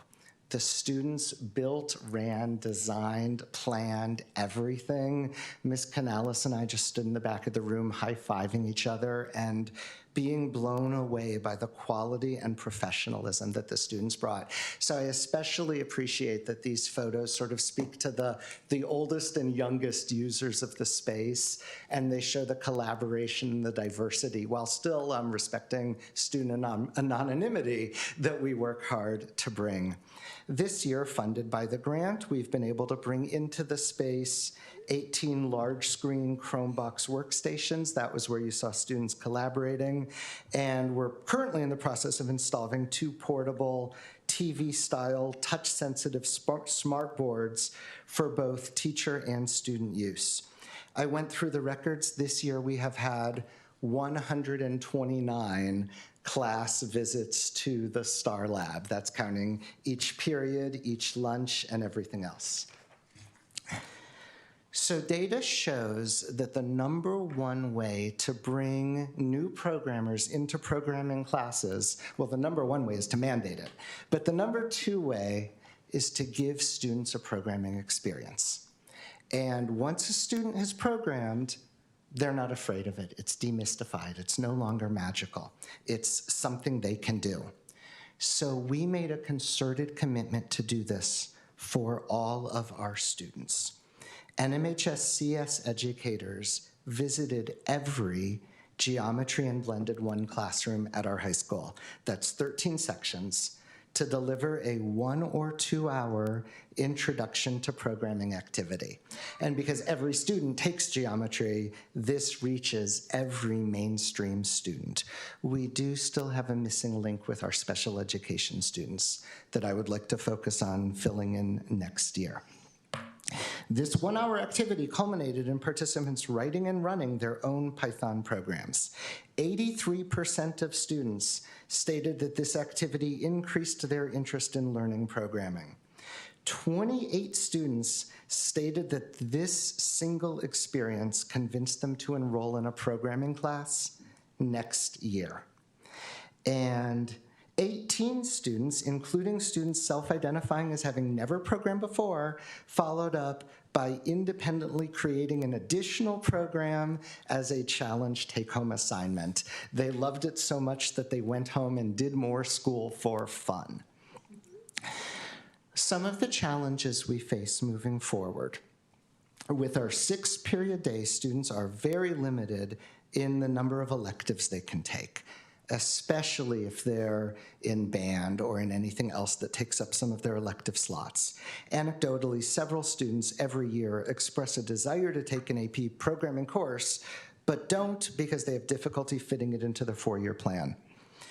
Our instructional coordinator position is currently bandwidth limited with the additional duties that go along with everyday teaching. In comparison, we got to see how Ohlone devotes a full staff to developing and managing these pathways. Skyline also has 1 staff position who is a pathway coach, and then each of their 3 pathways have dedicated staff. The successful STAR tutorial program was twice under consideration for elimination, and unfortunately next year, AP Computer Science A is facing short-term enrollment challenges, especially as we are more and more demanding about the number of students a section needs to have. Finally, next steps and places where we can continue to grow our community, we can continue our diversity-focused course recruitment with the goal of increasing both our first AP course and our pathway enrollment. We definitely need to work to find a long-term solution to the AP Computer Science A enrollment challenge to save this pathway. It's essential to save that course. And implementing, and this brings me back, Member Hill, to what you said about people feeling siloed, both here at Ohlone and I think everywhere in this district. Implementing college and career connections is work that takes a village. It requires counseling, it requires the College and Career Center, it requires sited district administrators, and it requires someone to drive that ship. And that organization hasn't been built yet in a coherent way.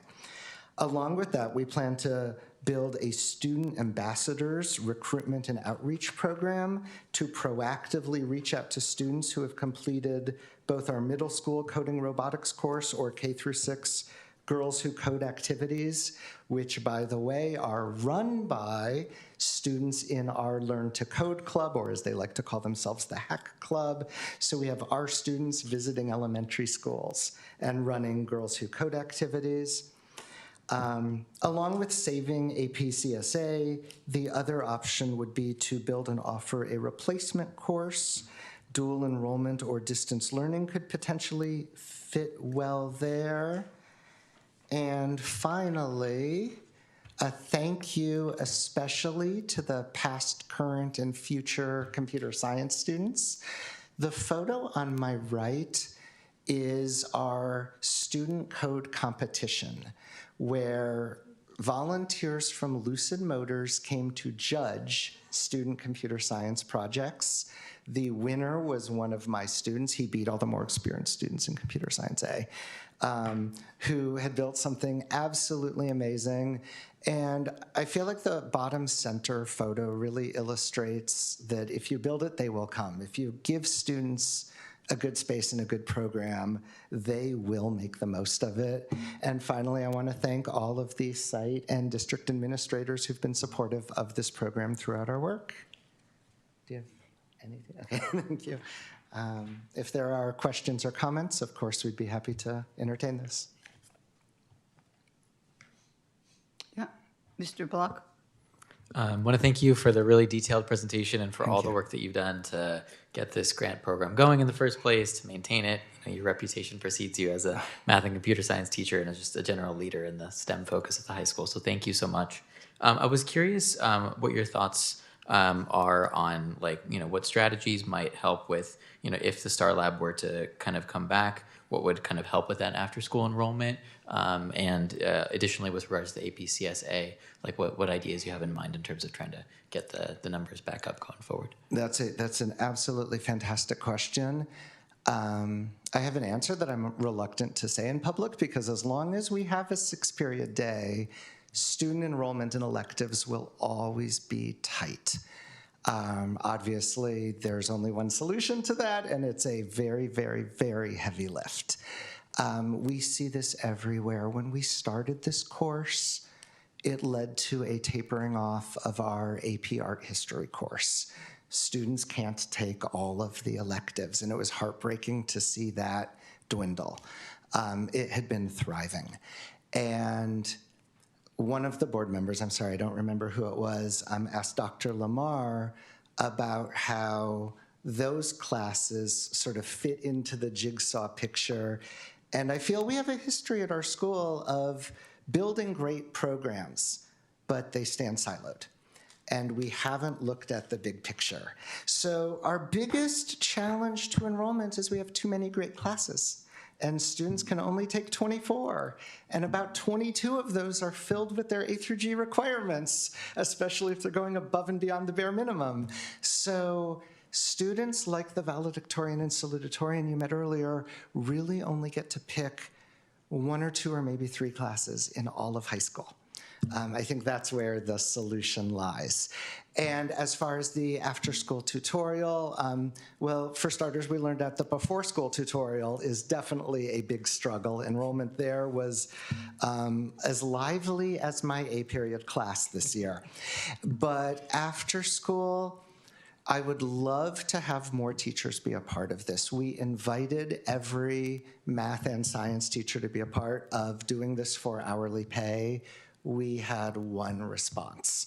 So until we can build a more robust team, I don't want to say it is what it is, and what it has been incredible. We had 18 students, we had days with over 30, and 18 was our average, and they worked nonstop for 2 or 3 hours after school. That's what I dream of seeing students do. So I feel like I can say there that I'm happy with where it is, and I'd like to see it even better. Thank you. Thank you. Mr. Anguiano? Mr. Goldsmith, you said? Yes, Jacob, thank you. Appreciate that. Thank you for the detailed presentation. it shows a lot of passion and dedication that you have for teaching this particular course and environment. With the APC Computer Science A, have you ever thought of just involving history with virtual reality to really collaborate that into the mix, or any AI implementation? That's a fantastic question. With AP courses, we have limited flexibility. As they say, we are required to teach to the test. We want our students to do well on the AP test. But the curriculum for AP CSA does include student use of AI tools. So the teacher for that, Scott Jorgens, is already implementing exactly what you're thinking about, and it's really exciting to see what students do. We've also had students build full-fledged AI projects from scratch. Things like vision recognition that knows what object you're holding in front of a webcam. And one student project even allowed him to control, I believe it was Spotify, by holding up fingers in front of a webcam, and it was pretty amazing. So that's already happening. When you talk about history, the solution is an integrated pathway, a next level approach where students are doing a little programming in math, a little in science, and in all of their classes. And that's also a heavy lift. Thank you. Mr. Goldsmith, I really appreciate you bringing up the fact that in a 6-period day, it's really difficult to be able to fill classes or allow students to take electives. So I guess my question is more for Dr. Murphy around the fact that we've had no trouble adding 4, 5, or 6 sections of psychology and human geography. And why are we able to increase those courses over the last 6 years? Well, we can't fill a class like computer science A, and by golly, we're a STEAM district.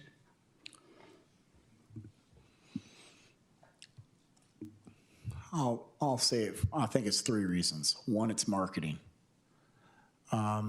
We have folks that have been we've been very good about building programs. They get sustained. We get a good run with something, and we expect the kids to keep coming.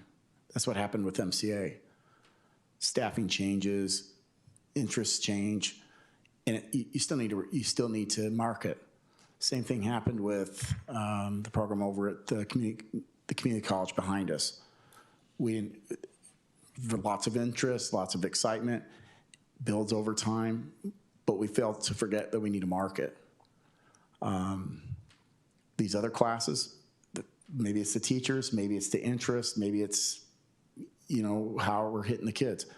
I think, and I go back to something I've said at I don't know which meeting it was, probably when I was presenting to y'all.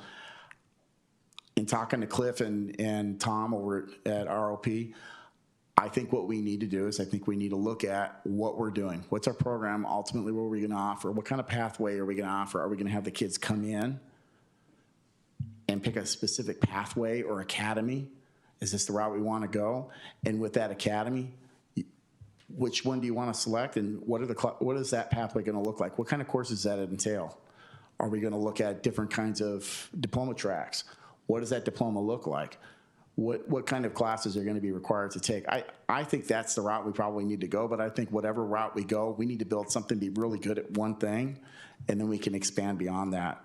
In talking to Cliff and Tom, my feeling was, especially with GSPP and with the community college and such, and in communication with Thelonious, I think everybody seems to be willing to work with us. I think we need to identify what is it that we want? What do kids really want? How can we move towards CTE, and how can we move towards the math and sciences, and what does that look like? What kind of classes are we going to offer here at the high school? How are we going to connect those up to the community college, and how can we provide that service with the 8th graders? Maybe it's a wheel with the 8th graders to get a little taste of everything, and so by the time they come in, they have to select the pathway they want to get into. They come that route with us, and they're able to go out. Otherwise, what you have is a hodgepodge. It's very Montessorian. Kind of what you're saying, though, is Montessori is great, but I mean, let's face it, in Montessori, you have a bunch of, it's very experiential, it's very hands-on, you're gonna take the kids where they're at, and we're just gonna have fun.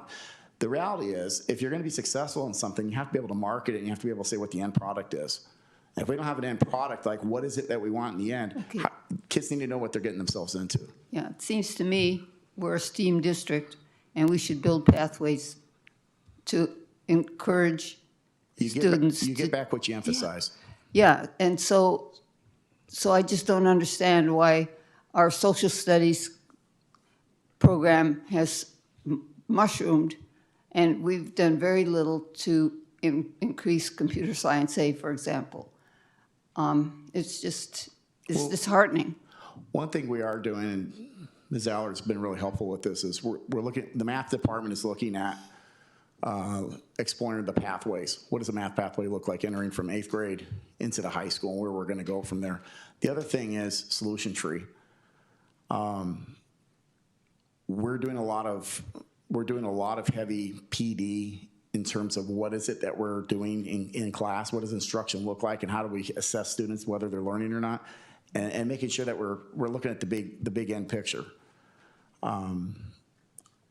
I think that, and I'm just gonna say it, I think another element of it is you've had 23 principals in 21 years, and now it's probably what, 23 principals, 24.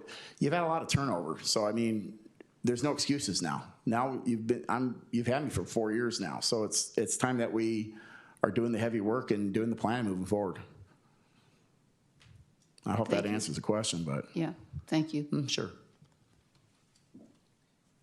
Member Thomas, could I give a small answer also, just to compare apples to apples? AP Computer Science Principles is what I'd compare to AP Psychology, and in AP Computer Science Principles, we have 70 to 100 students every year. AP Computer Science A is an extra demanding class to fill because it's a second-year elective. So students have made an incredible commitment. It's not as if we have a thriving AP Psychology 2 class to compare it with. Thank you. Thanks a lot. Thank you. Thank you so much. Thank you, Mr. Goldsmith, for coming and presenting this evening. Thank you, Dr.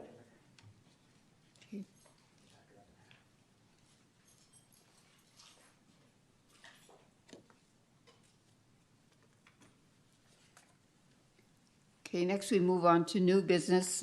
We have a speaker on 12.1.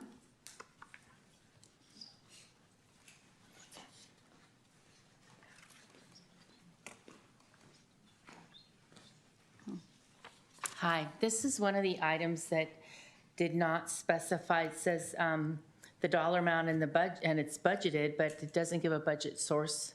So I was wondering what the 60%, I guess, is the E-rate, but I was just wondering what the remaining amount, what funding source it is. Thank you. Thank you. Superintendent.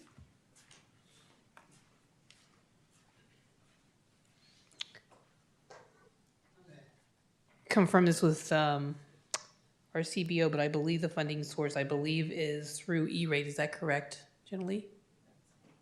No, this one? Count is through E-rate, but the 40% is district funded. Oh, okay, so it's general fund. General.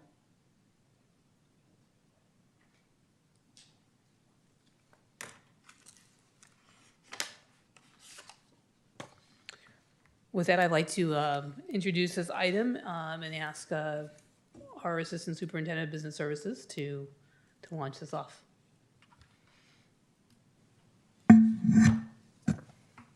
Yes, good evening. I actually would like to pull Ms. Jenny Penaflor up here to discuss this item, but you are correct. If approved, this is an E-rate project. We have gone through we are not required to do a competitive bid on a project like this because we're able to go through the SPUR JPA. When we do that, we get the E-rate funding, we apply for it. 60% of that will be reimbursed or not charged to the district right off the bat because it looks like it's a credit back to our billing. So the district is only responsible for the 40%, but this is a contract that's over 5 years. Yes, thank you. Good evening, members of the board and executive cabinet. What is before you today is the continuation of what was presented in January to upgrade our network switches. So if you'll recall, in January, we showed you pictures of our IDFs and our MDF closets, a tangled web of cables connected to power injectors, and that's kind of how we're sustaining a lot of our equipment that requires power over Ethernet. And so through SPUR, we solicited mini bids, so we don't have to go through the RFP process, but companies bid on the products that they're allowed to sell. So we went out for 3 companies, 2 responded, and we had a couple different builds. So when we had the Aruba rep with us in January, she spoke to you about just purchasing switches outright, so a capital expenditure, and then support services for those products. And then we also went out for that and then network support services. So there's a company called Development Group, Inc., which is the company on the proposal tonight. They're the only company that provides this level of support. So not just supporting the software that we purchase from them, hardware that we purchase from them, but acting like an additional network support person for the district, which, as you know, we have a vacancy for that. We have a job description, but we haven't gone out to hire for that position. So the 2 companies that responded, the first one that was just solely switches was $1.9 million. The one before you today is $2.7 million, but that includes all of the switches, all of the support, and again, not just for those products, but acting like an additional employee to oversee our network, and then over 5 years. So that's what the $2.7 million is.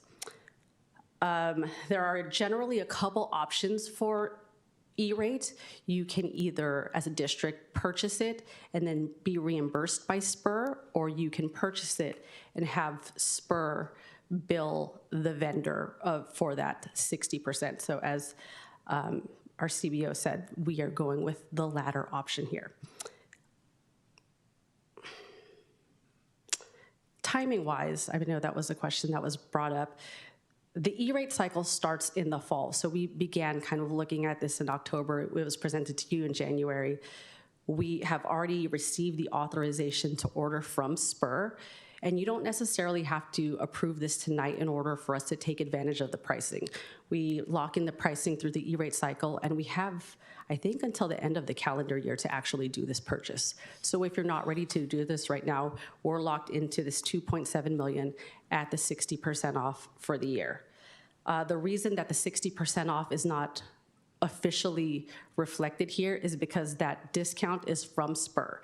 DGI can't give us that discount off the bat. We would be, like I said, they would be reimbursing DGI directly. So I hope I've addressed everything. Is there anything specific that I might have missed or questions you might have about this? Generally, if you could just share a little bit about the time for the plan to be able to actually implement the project and to be able to carry this out even with your leaving. Yes. I know there's been a plan that's been put in place. Yes. So we are beginning our engagement with, I'm sorry, I forgot the name of the project management company. CPM? CPM. Yes, so we are beginning our engagement with CPM. So we are actually meeting with them this week to hand over some of these bigger projects, this one, the server room move. And because we have been planning this for months, there are plans in place to hand over. My team has been heavily involved in it, so they know exactly what needs to be done. They've helped with the specs and everything. But yeah, there's definitely a concern there. So we'll be meeting with that project management group, hopefully to do this smoothly. And because this is such a huge project, we wouldn't look to do this until probably December anyway. Because of how this is structured, we are not actually receiving funds till the new fiscal year anyway. So the earliest we could possibly start would be July. But because there is downtime in every single school and our server room, we'd probably look to start in December during the winter break, and then either after school hours or weekends to complete the entire district. So this affects every single network closet at every single site. Mr. Hill? Thank you. Thank you, President Thomas. So prior to me being here on the board and prior to me becoming a teacher, I ran a business for 17 years. And that business was helping pull companies out of the ditch who started big projects and they did not have detailed plans for those projects. They did not have an internal ownership structure and project manager and stakeholder structure, and basically they got themselves into a lot of trouble. And as Member Wen had spoken about earlier, and remember, Member Wen is an IT professional, and I was involved in many of these types of projects during my career. This is foolhardy. So we do not have, since you're going to be leaving, Ms. Penaflor, we do not have an IT owner, and this needs an IT owner. And because, it's because they're the customer, and they're going to ultimately have to make sure that everything works to their expectation. And so we should be delaying this until we have an IT owner. And also, I think it would be appropriate to really delay this as after we've done the transition with the new superintendent. This is a very, very mission critical project. And as Member Wen had indicated, if things go wrong, it's lights out. And I've been a part of projects where with IT major miscalculations were made and it was lights out. And so we do not want to do this. I think, and then as you're mentioning, Ms. Penaflor, we have some time to make this decision, right? We have 6 months. And so I think that we need to get the leadership structure in place, take a look at it. And then also, as far as this project management firm, is this the same one that we're talking about related to the bond?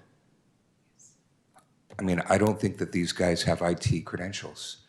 I mean, so they're a facilities project management firm, right? This is like PhD level stuff, right? And so you need people that are real experts in this. This needs a whole separate project management approach, but more importantly, you need an owner. I've had so many situations where I came in to rescue, where you had projects that were launched, you had vendors that were engaged, they did not have a clear understanding of who the customer was, what needed to be done, and then as things went wrong, the finger pointing began. So I would say, let's take a breath. We don't need to pull the trigger on this right now. Let's wait until we get basically a new IT director in place and we come back in and we revisit this in a couple months. That's my recommendation. Thank you.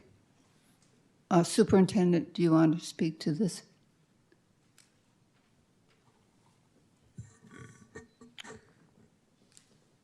I do want to address a few things. I think it's important to go ahead and continue the progress that you need to do. I think to have the contracts and stuff in place allow you to continue to move forward. It's my understanding that CPM does have staff that is available to be able to help us with the technical projects, and that they're actually going to be doing site walks. If I think there's a problem, or if Victoria thinks there's a problem when they do their site walks, they can always pull it back and do something later. But I think we're stopping progress, and we have been put on hold on several different projects that we've brought to you with relationship to our IT needs, and we need help and support. And with that, that's my recommendation, that we still move this forward. Mr. Block? I wasn't. You don't want to speak to this? Well, I'm still thinking. So if you go Okay. ahead. Mr. Aguiano, do you have any thoughts? Thank you, President Thomas. I think that the progress that we start working on the project it's not an easy thing. It's a big project, and as we know that, I know that one of the commentators earlier mentioned that if the network is down, it's down. And we have to really focus on, making sure that we do have someone that's overseeing this, not taking, credit away from no one, CPM, but we do need someone in-house to really oversee this particular project, being that it is really critical that we focus on making sure that our systems are up and running at all times. And winter break is just 10 to 12 days. It's not much to work with. And working in between, it's really delaying the process as well. We could do it in small bites, but eventually we have to really make sure that we're managing this project the right way. If it's any consolation, DGI does provide a project manager, and they are, because of the level of service that we are going to into contract with them managing the network, they would be essentially implementing what they'd be overseeing anyway. So they have a stake in it to some degree. This is also the same company that you've approved for the server room move. So we've put some of our eggs in that basket already, but I'm by no means dismissing your concerns. They are completely valid. In terms of the timing and winter, this is their bread and butter. They do this for districts all the time. So they understand the school district timing and when they're allowed to be on campus and, not to be disruptive to instruction. Ms. Jones, do you want to speak to this? No, I don't think it, but thank you for the presentation. I don't think so this time. So what would be the cons of waiting? What would be the consequences of not moving forward with this today? Just so I can get a better understanding of what the situation would be. Sure. Not moving forward with today would actually be okay, because we have time for the rest of the calendar year to hold this pricing. We're actually okay until the next E-rate cycle. If we waited too long, we would just be subjected to go through this whole process again. And of course, with the way pricing works in tech and just the world right now, it's definitely going to go up again. So that's really the only con in terms of E-rate. Obviously, if we're thinking back to the pictures that you were shown in January, and any improvements that you'd like to make to technology, classroom, projectors, alarms, anything like that, our infrastructure won't be ready for any of that, which I don't think, there's no projects on your docket right now anyway, but just something to consider that we are kind of coming to the end of life of our current switches. Would DGA be able to present to us, like at the next meeting, and kind of give us a timeline and a plan and how this would be rolled out? Absolutely, they would be happy to. So I think that might be a consideration. So I'd like to make a motion, right? So I'd like to make a motion that we postpone this until new superintendent is put in place and the new IT director is in place. And again, the reason why is you've just heard from two professionals, right? So you've heard from Member Wen, who currently does this for a living. You're talking to me, who spent 17 years doing this, and you're also hearing from Ms. Penaflor saying that this is not a mission-critical need. And so I would like to make a motion that we postpone this until sometime in the summer or early fall, when we can make sure that we have the ducks in a row and we have the owners in place. Because if you have a project manager that is an external project manager, but you do not have the proper stakeholders in place, you are going to have a disaster. So I'm making the motion that we postpone. Can you be more specific? A lot of time, you postpone it to what time?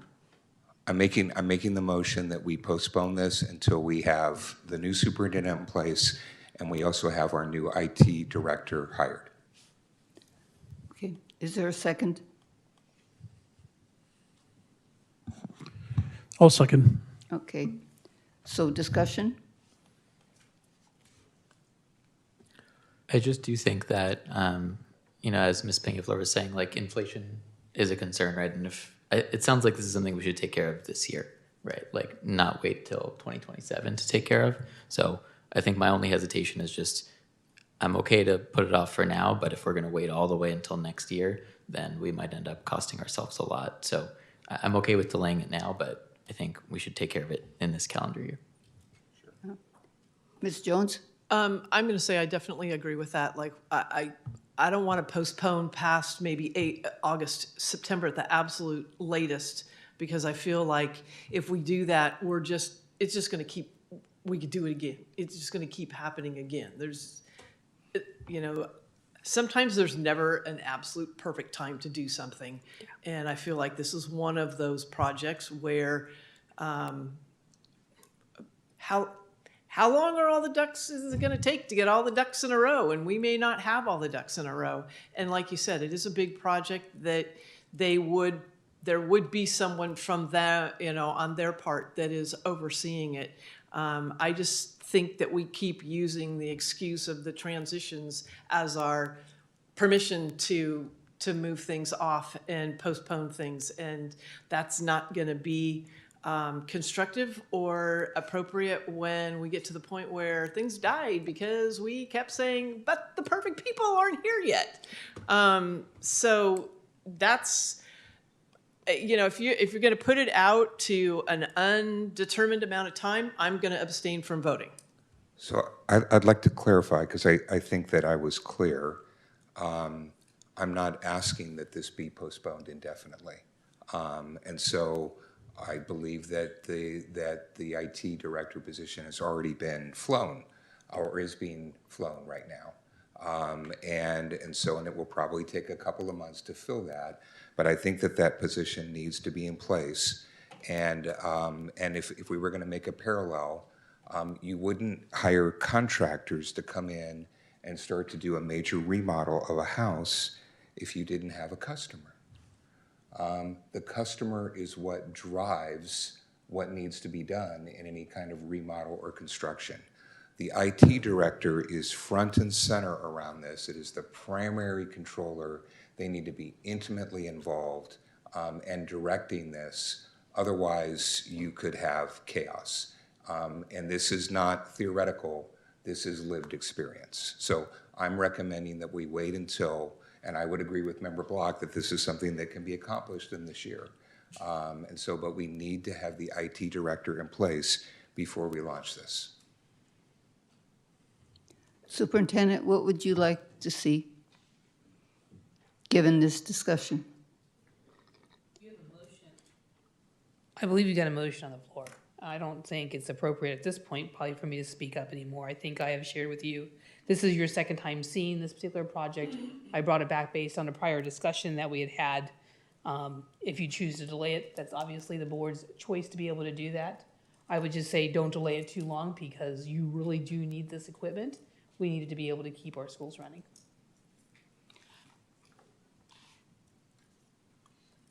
I guess I personally feel that a time-limited delay would be okay. So if we all understand this is a time-limited delay, I could go along with it. But in the meantime, what would it hurt for DGI to come in at our next meeting and give us the timeline and give us the plan and be able to answer our questions? Because that's really, if they're going to be the project managers for this project, they maybe could draw a picture that would make us feel more comfortable moving forward with it. So I would just recommend that you bring them back at the time that you bring back your project. Say again? I said I would recommend that you bring them in at the time that you bring back your project. We've got a full agenda for the month of June. It would be my recommendation that if you are holding on this, that then you bring DGI back at the time that you bring back this item for They action. bring back, I'm not hearing. Bring back the company Bring back the company when you bring back the project. Okay. I understand. Otherwise, you're going to have them present. You're still not taking an action. You're delaying the action. Okay. Just hold off. Well, can we call? Through the board, could we actually start looking into the dates, like sometime early September, or so we go ahead and start focusing?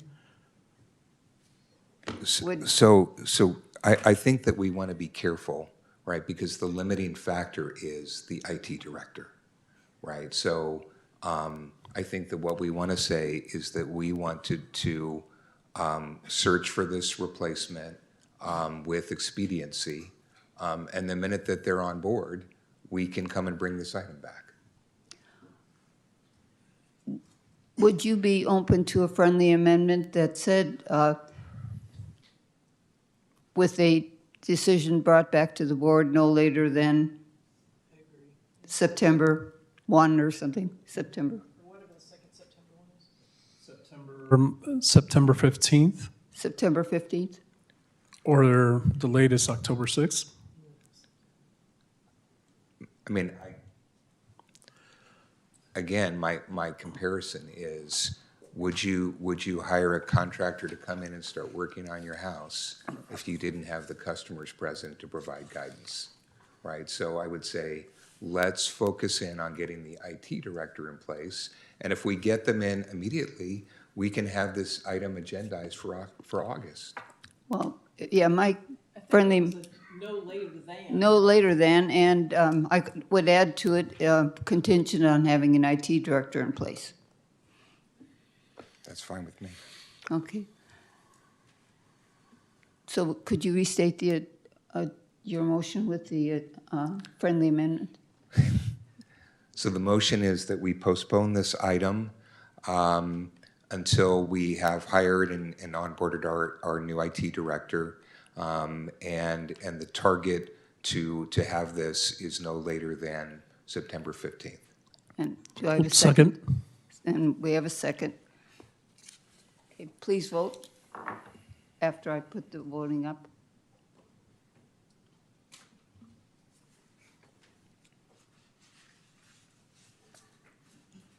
Okay. 6 ayes. Thank you. Thank you. Thank you. Generally, before you sit down, I just want to take a moment just to thank you publicly for the work that you've done and what you've led here in our school district. It's been a phenomenal amount of work. It takes a lot of time to pull these projects together. I know how much time it takes. I know you prioritize this, and I want to thank you for the work that you've done. Thank you so much. I Thank you. appreciate that. Thank you. Thank you, all. Jen Lee. Thank you. You're welcome.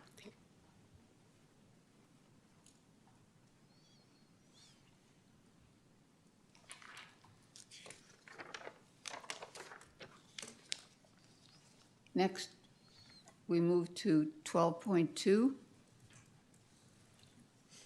New secondary course, student board trustee. At this time, I'll ask Ms. Allard to share a little bit of background on this particular item. I think you'll be excited about it. Student Board Member Torres, I think you introduced this proposed course beautifully during your student report when you said you needed to learn what you needed to learn in order to be a student board member. And this is actually what this course will do. So the proposed student board trustee course for grades 11 and 12 formalizes the district student board trustee role in alignment with California Education Code 35012 and practices used in other surrounding districts. The course will be included in the high school course catalog as an A through G elective course with enrollment limited to 1 student selected annually through the district's student board trustee application process. Through participation in board meetings, district briefings, policy review, and student outreach, the course provides structured support for the student board trustee role by promoting student voice, leadership, and civic engagement. The superintendent or designee will serve as the teacher of record, and based on participation, professionalism, attendance, and assignments, and maintaining good academic and behavioral standing, will serve as the course grade.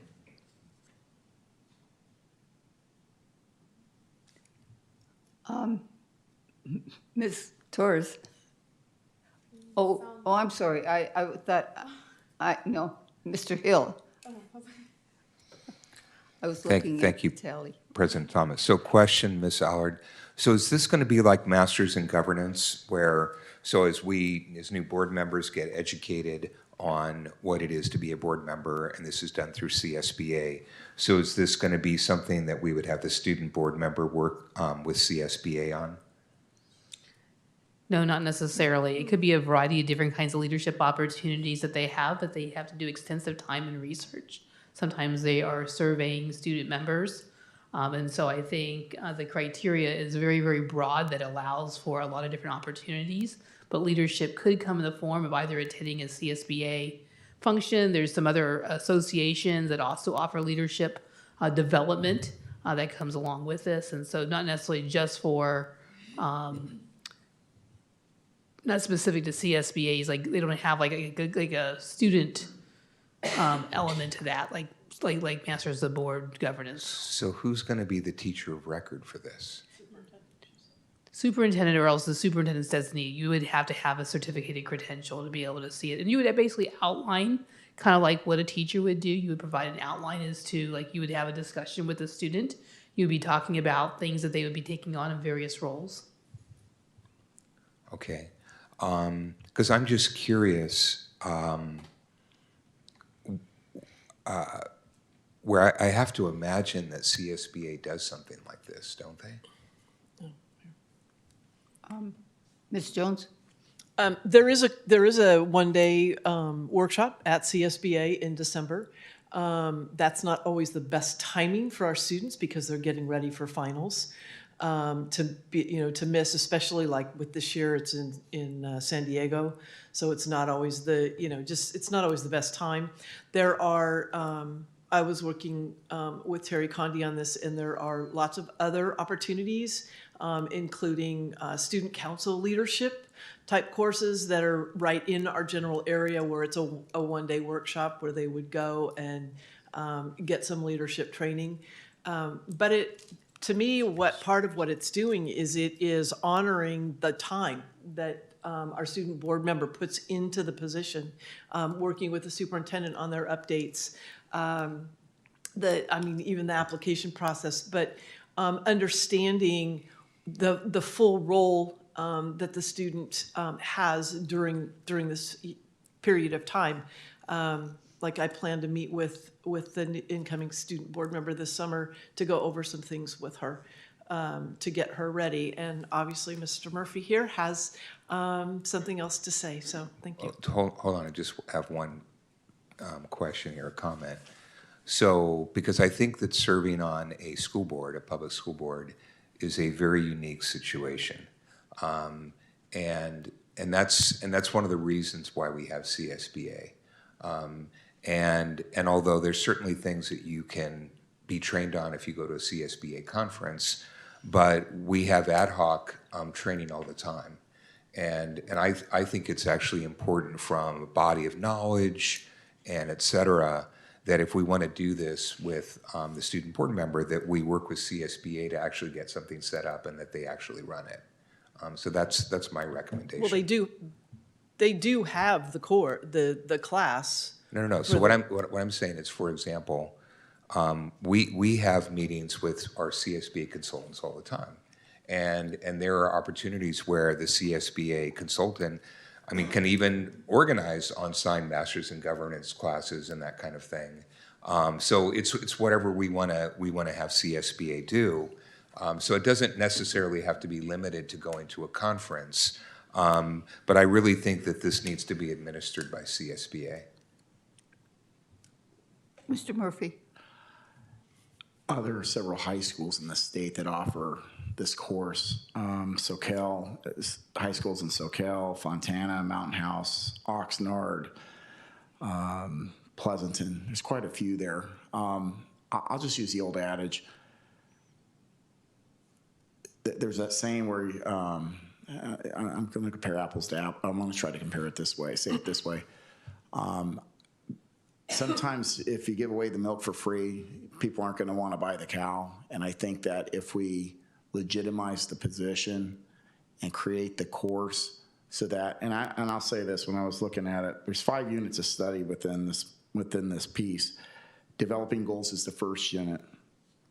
The second unit is professional skills. Students will meet with the superintendent. Unit 3 is communication and community engagement. Unit 4 is staff reports and budget analysis. Unit 5 is board policy and researching educational statutes and such. Those are some pretty sophisticated pieces for a student to be able to earn those credits. And it being a G, it is A through G. Me personally, I would probably make it like a 0 period or a 7 period, however that could be, so that they're able to, it doesn't kill their schedule, but we're legitimizing what they're doing. I know we've talked about when the kids walk, possibly doing something unique for them as well. But I don't think it takes away anything, but I also could see like maybe CSBA would be a great opportunity for a field trip. I mean, I don't know if it's just a field trip, but it just legitimizes it. And I think that if kids see that we place the value in what they're doing and ensuring that their voice is heard and they're getting credit for that, I think you're going to also get buy-in from the kids. They're going to pay attention. So, Mr. just for Block? what it's worth. Oh, I'm sorry. Were you done? Yeah, I'm done. Oh, Mr. Block? I think we need to give this a try, and if we can involve CSBA in the future and get them more involved in training, I think that's great. But I think this is a great place to start to help our board members continue to educate themselves about the incredibly complex work of running a school district. And so I think this is a really great start. I think student board members put in a tremendous amount of work and they learn a lot through the process. And I think this will only kind of add to that overall experience that students build through their participation on the board. Any other comments? Oh, Ms. Torres, yes. So I'm kind of curious to know what this would look like. I know you guys mentioned to possibly add it as another class, 0th period or 7th period, right? And it would be taught by a CSBA teacher. So how would that work? Yeah. It actually wouldn't be taught right now by a CSBA teacher. You would actually be reporting either to the superintendent or you're reporting to the superintendent's designee. So for instance, Ms. Allard may be the person who's assigned because she's a credentialed person. So she would be working with you on those particular units and making sure they get organized. Some of it might even be a student board member taking the initiative to be able to set those meetings for perhaps with the piece around budgeting, to be able to have a conversation with Ms. Snoosen, to be able to sit there and walk through it and have a better comprehension of what the budget actually entails. And so the units are broken down to be able to provide that additional support system. It's like I an think what Mr. internship. Hill was suggesting is that if CSBA also has a program, that we should look at that maybe as being another alternative, being able to help with the curriculum piece. But I would agree with what you just said. It's like an internship because it's just the one student. It's just the current student board member who takes the class.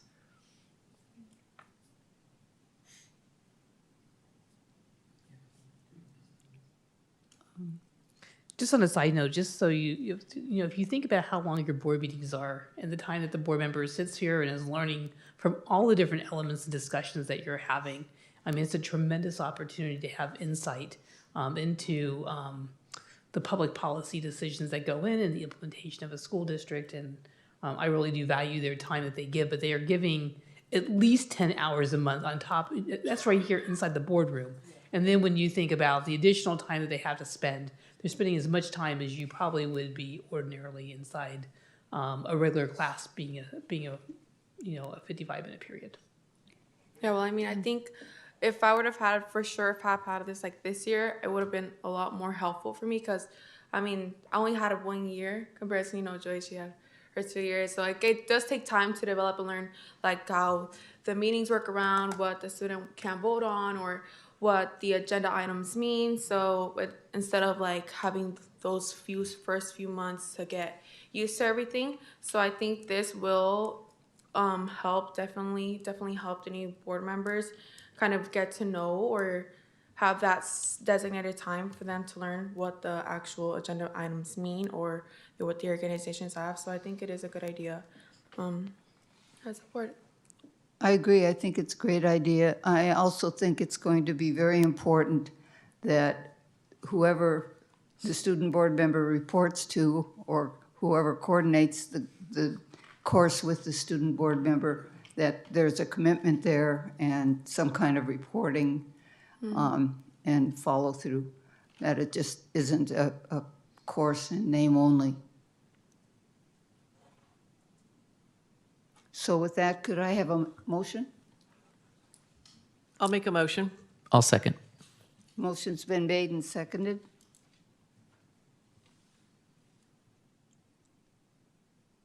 Please vote.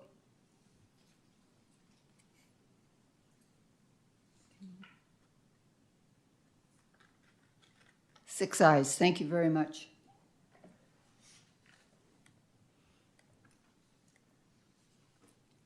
Next, we move on to 12.3, President Thomas, be mindful of the time, and I'm not sure if a motion needs to be made to extend the meeting. yes, I would hope we could extend the meeting till we're required to get out of here by 10:30. 10:45. Okay, so I would entertain a motion for that. I'll extend the motion to 10:45. I'll second. Please vote.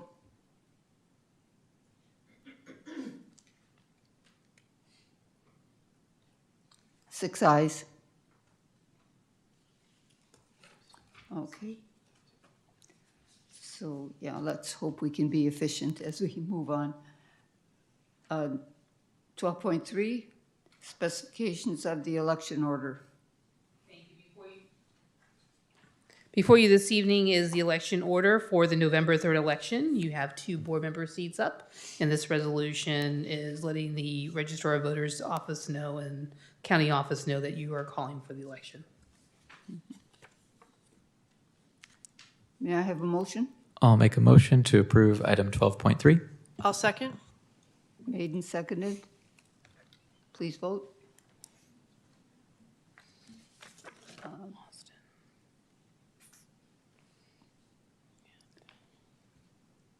Five ayes, 6 ayes, thank you.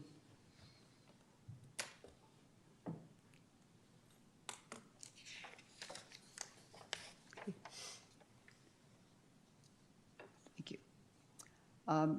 Next, we move on to old business 13.1, and we do have a speaker on this, but I would ask that speaker wait until we have the staff presentation.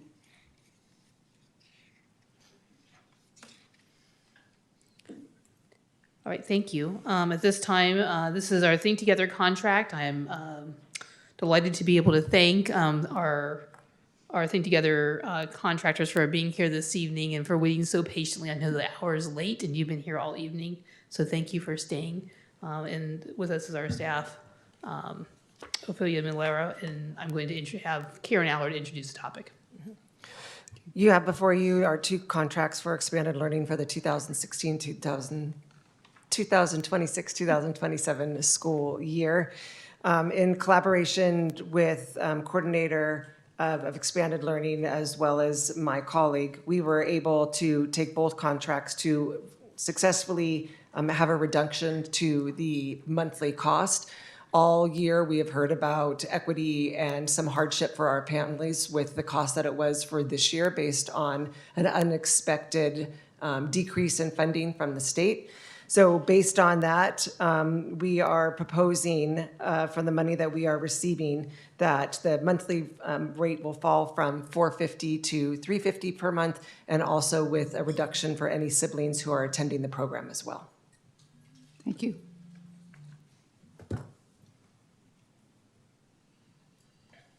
Mr. Hill? Oh. Oh, I'm sorry. That was from before. Okay, sorry. Okay, is there any comments or?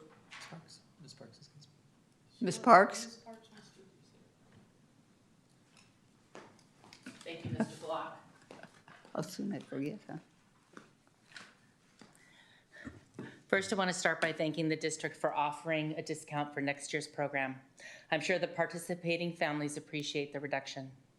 As you know, I've been following the ACES and ELOP funding that supports the Think Together contract. In July of last year, the board held a special meeting to address an unexpected $1 million reduction in ELOP funding. Since then, the district's P1 ELOP allocation increased by $377,000, bringing total ELOP funding to $2,003,929.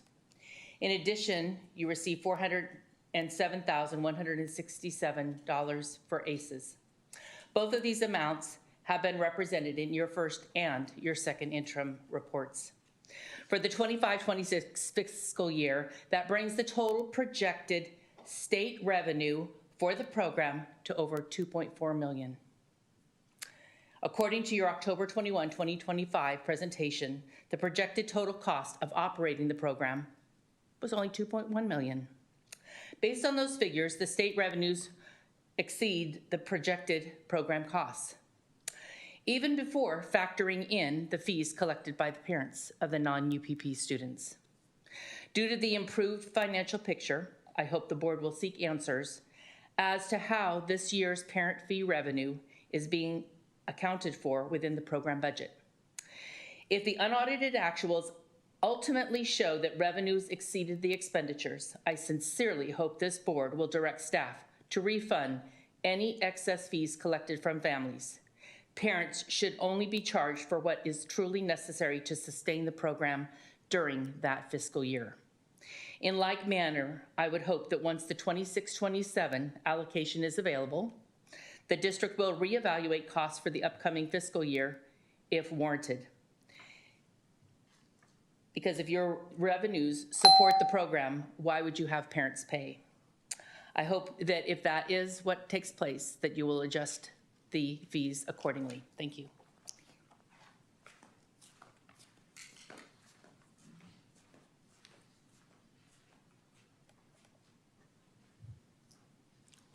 Superintendent, do you want to add anything? Nope.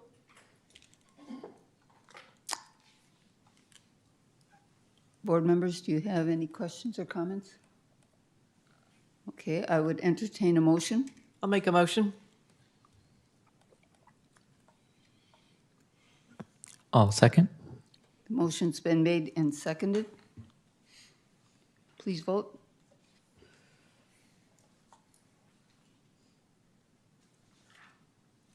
Six ayes, thank you. Next, we move on to 13.2, and after this is introduced, I will ask Ms. Parks to make her comment.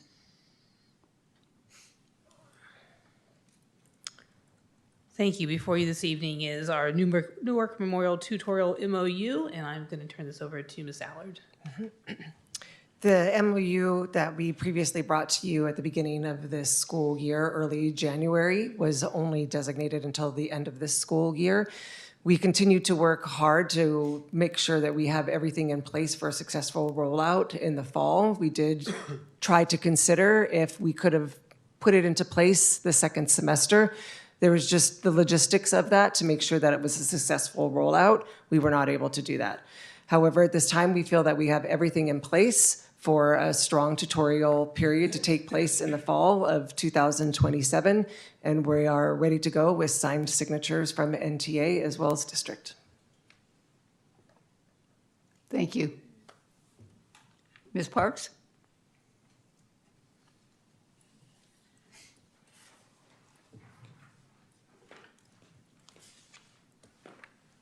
I don't know about all of you, but I've been checking throughout the day, as I've been checking over the weekend, that I don't know what time this MOU was attached. I will tell you, I didn't read it until I was sitting in the back row here. So I would thoughtfully ask that you would consider putting it on the next agenda, since it was just posted prior to your meeting. Like I said, it must have happened at 3, 4, 5 o'clock today. And just out of respect to the community, that you would wait. There's no timeline. It's not going to affect anything to be pushing it off till June. You're not going to implement it until August. So thank you. Thank you. The attachment of the MOU is purely just been to get the NTA president as well as Mr. Williams together to sign it. The only thing that changed on it is the dates.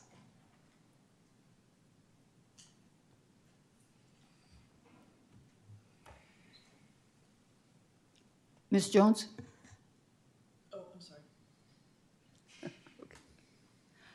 Okay,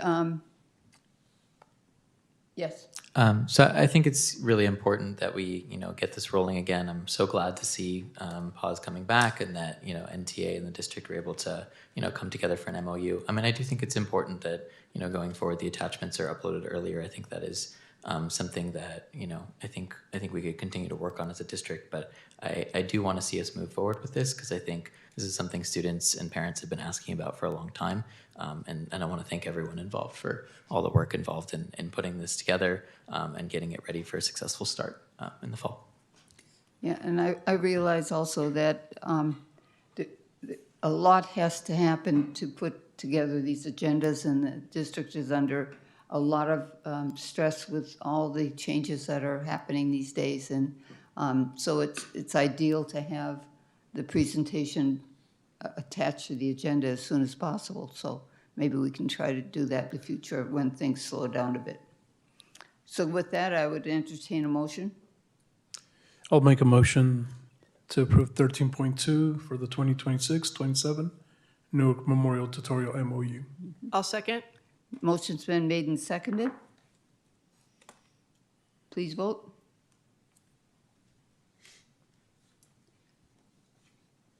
Five ayes. 6 ayes. Thank you.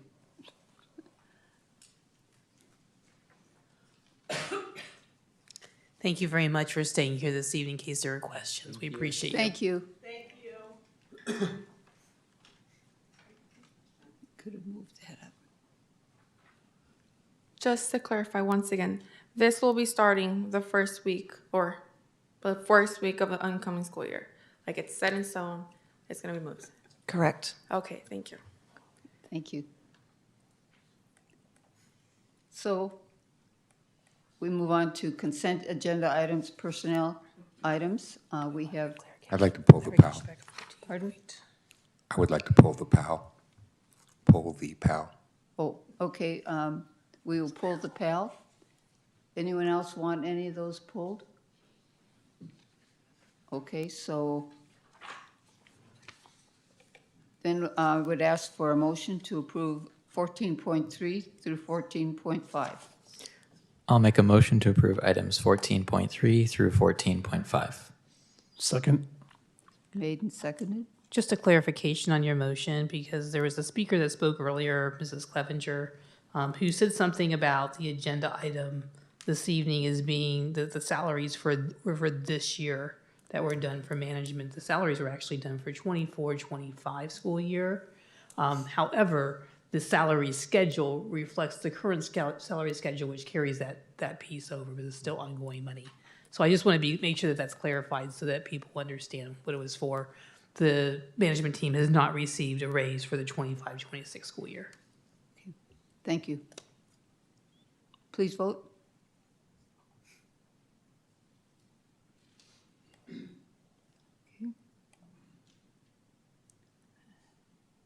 And there are 5 ayes. The school board member does not vote on personnel items. So, Mr. Hill,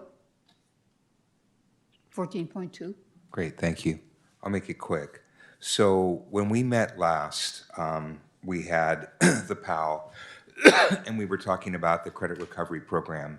And one of the issues that we had, or that we surfaced, and why we asked for it to come back, is to say, well, so who exactly are these individuals, and what are they going to be teaching?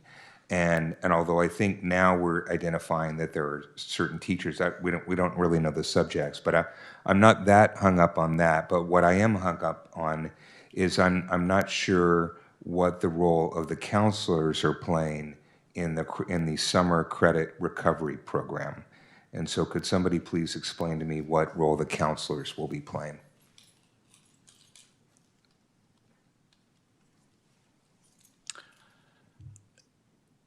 None, except for assigning the students to those classes. Then why are they on the PAL? It says new hires. They would just fulfill the counseling, just the counseling position itself, like making sure students are enrolled in the right courses. Because what it says on the PAL is high school credit recovery new hires. Okay. They're assigning the students to the credit recovery classes, I believe, Okay. right? Is that So correct? Summer hires, not a new hires. Is this a stipend? No, they're traditionally there's been a counselor. There's been a counselor in summer school every year. So what happens is when school starts up, kids undoubtedly come in at the last minute and say, I want to sign up, I want to sign up. So they're there to make sure that we're looking at the transcript or looking at their most recent grades, and we're ensuring that we're not placing them into the wrong classes. And we're looking at, the ultimate goal is this. Let's say if a student fails one class, easy peasy, we assign, the goal is to put them in a face-to-face class. If there's a situation where we have a kid that they need an elective, and that's typical for Bridgepoint, or if it's a kid that needs that VAPA class, that's where we need the VAPA class, and we don't offer that in the summer. I actually talked to the ceramics teacher. I said, it'd be great. He says, Mike, there's not enough time for things to cure and dry. It's just, I get it. Their job is to make sure that we're giving the kids the face-to-face classes first.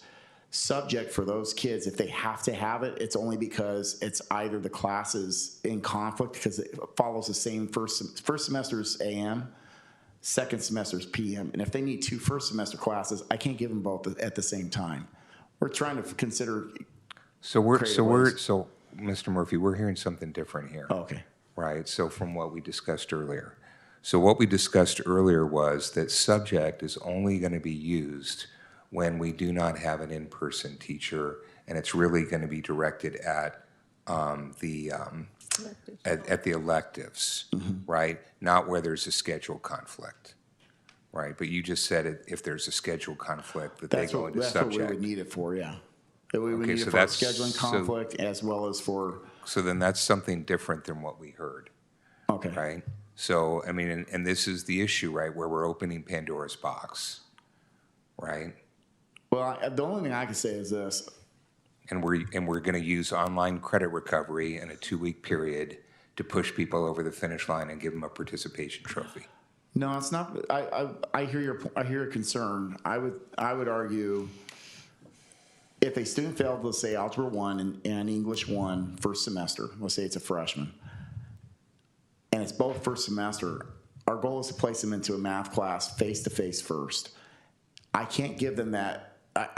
It's physically impossible to place, unless I have more teachers, to give them a second semester class for first semester, if that makes sense. I can't give them a PM class because the teacher's teaching the PM class the second semester at the same time they would need that additional class. Well, so I guess what I'm misunderstanding here is, so credit recovery is summer school, right? Correct. Okay. So you've got, per Ms. Howard, you've got a couple of different categories. So you've potentially got students that have failed a course that they need for graduation, but they're not a senior. And so it's my sense that summer school may be an option, but it's not necessarily the only option. If they're not a senior, they can take the full course again, right? Correct. So I want us to be very careful about this. And my understanding also, as it relates to the counselors, is that the counselor's role is to assign kids to classes regardless, right? So it's whether it's for a regular semester or whether it's for summer school, but we're calling them out for a special role here, which is what is confusing me. But I'm concerned that we are slipping back to old ways that I don't think are promoting good academic outcomes.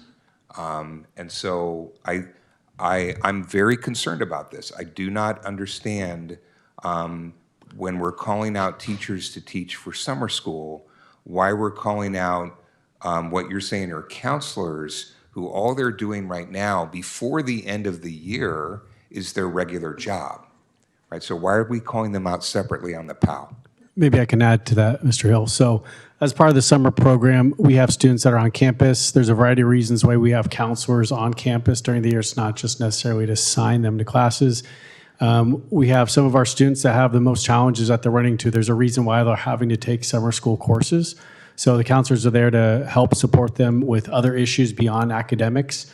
The counselors you have listed, they are not 2 individual counselors. They're actually sharing the assignment. So they're representing 2 people that are being hired for summer school, but they're not both going to be there full time. So they're sharing the assignment.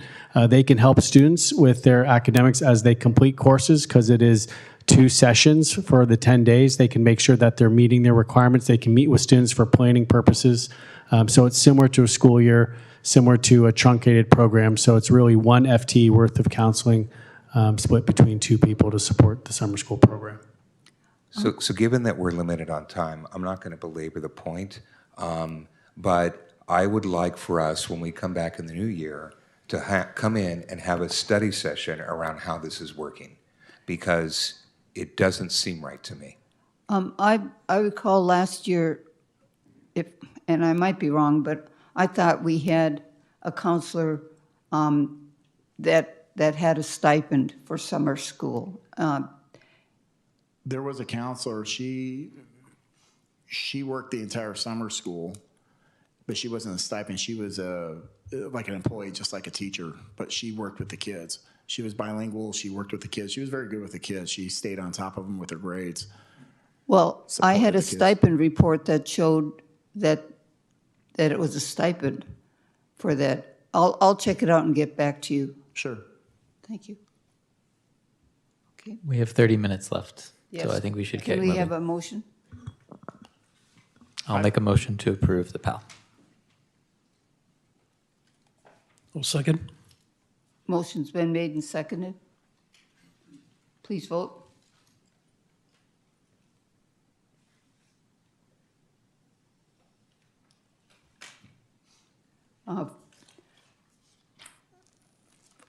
The school board member doesn't vote on this because it's HR. So there's, because it's personnel, there's 4 yeses and 1 no, Member Hill voting no.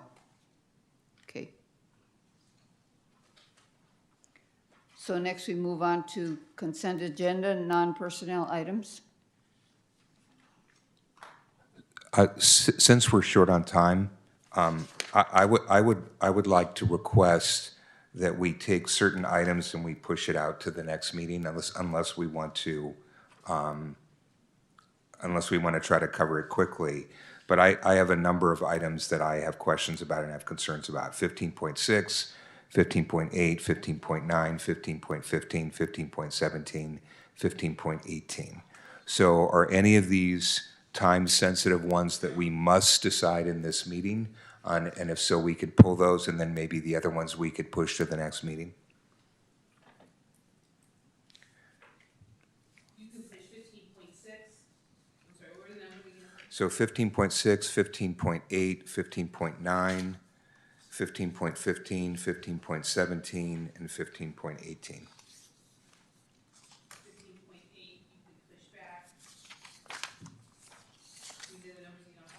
15.9, 8, 9, 15, 17, 17, 18.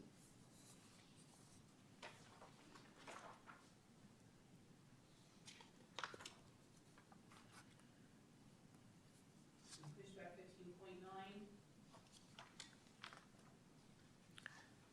15.9. and I can even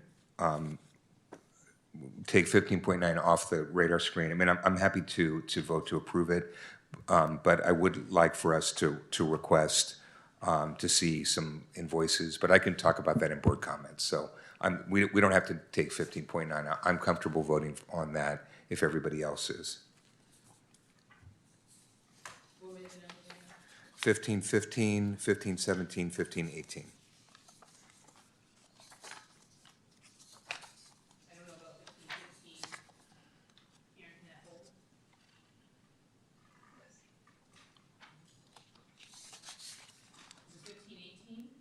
Seventeen. 17. I don't think this can hold because we're trying to get the refresh cycle ready to go for our students. We're doing that preparation. This is part of the plan that we've been doing. Sure. So just the question on 1517 is, are we using the piggyback provisions to leverage best buying for, best purchase value for these Chromebooks? Because I'm sure that there are bigger entities with very large budgets that are purchasing these things. Yes, we are using a piggyback bid on the devices.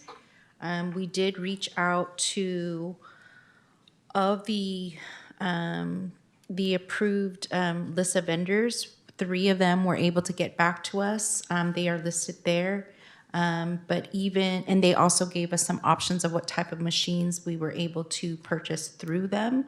But we selected Vivacity with a certain model because they were able to give us actually an item that was more, I guess, robust in surviving 4-year career for a student. And this is a piggyback contract. Yeah, I believe so, yes. Okay, I'm happy to keep that. I mean, I'm happy to vote for that. Okay, so the only one would be, And then 15H, and just the question is since you're going to be riding off to the sunset very shortly. Okay, so There are Okay. items that are sitting out there that needed my attention still, and so Okay. we just had to take Travis's name off. okay, But so I can- need to be there, and you'll have to replace it again with Will's name when he comes in. Okay, so we can bring that one back on. No, I need this one Oh. on here now. Okay. You need me to still do some work. You still have me under contract. Okay, okay. okay, so with that, I would entertain a motion to approve 15.2 through 15.27. No. No, So you we're have to hold taking out some. 15.6, 15.8, 15.9, right? Is that right? One more, Okay, so can we do this in chunks? and the double one. Can I make a motion to approve, just to keep it simple, can I make a motion to approve item 15.2 through 15.5? I second. Okay, please vote. Oh my God, you're gonna take 2 votes.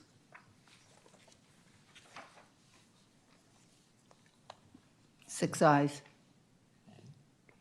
Then can I make a motion to approve item 15.7?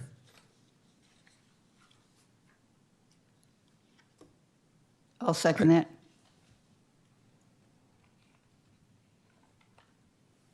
Please vote.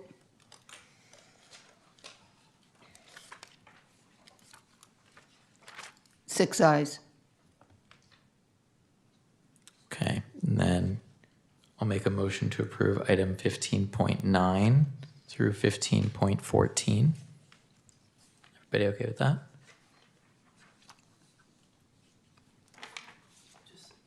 I'll second it.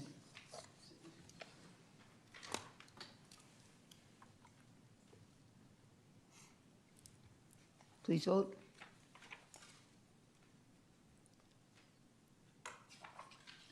Six ayes. Thank you. Lastly, I would make a motion to approve item 15.16 all the way through the end, which is 15.27. And I'll second that. Please vote.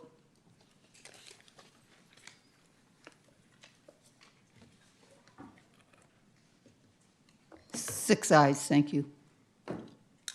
Okay. We move on to, I'd like to remind the board that we'd like to go back into closed session.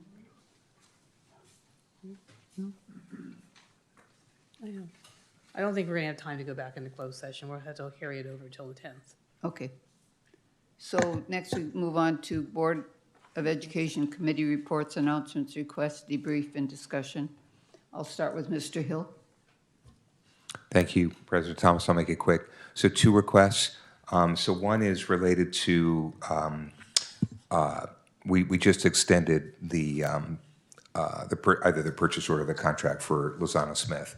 But what I'm wondering, and I know, Superintendent, that you're trying to get a whole bunch of stuff done in the next few weeks. So I don't think it necessarily needs to happen now, but just to get it on the radar screen, that I think it would be useful for us, for the board, to actually kind of do an audit of our invoices, of our legal invoices, and see.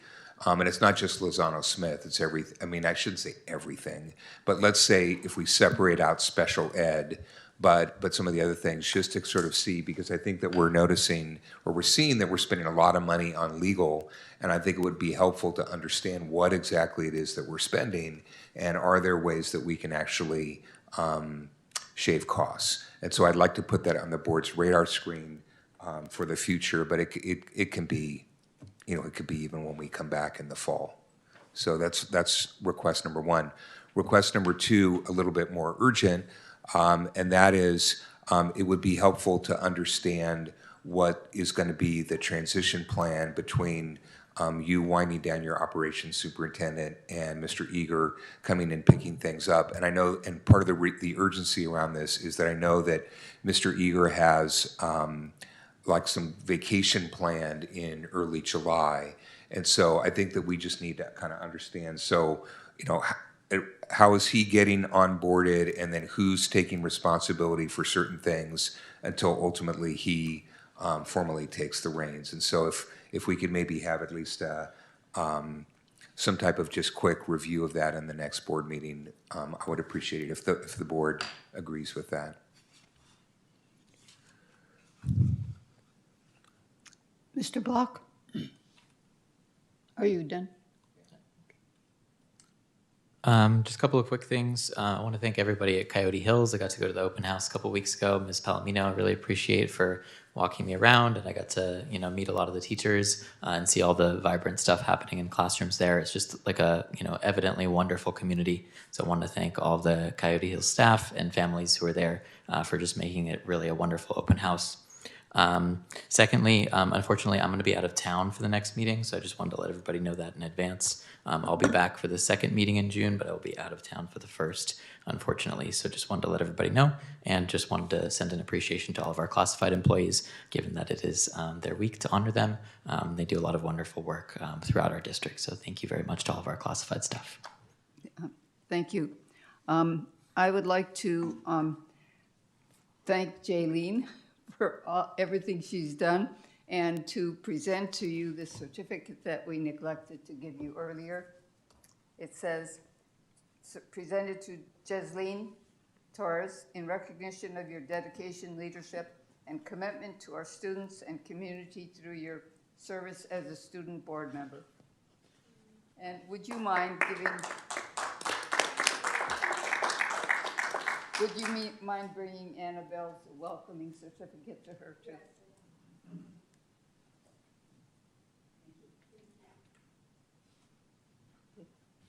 Member? I'm going to pass. Okay. Member Anguiano? Thank you, President Thomas. Just in celebration of Asian American, Native, Hawaiian, Pacific Islander Month, just celebrate our heritage, our culture.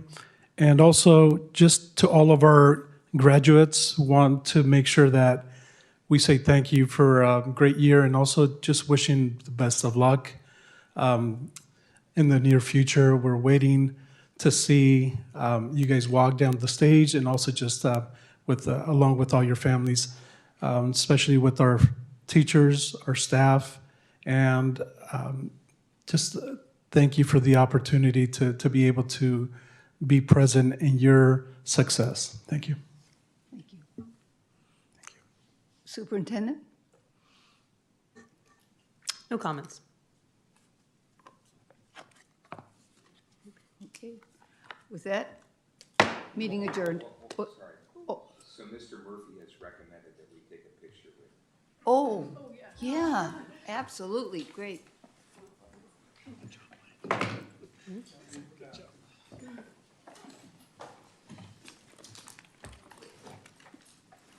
He's got other skills, I guess. Which camera are you going to use? Let's go down here, I guess.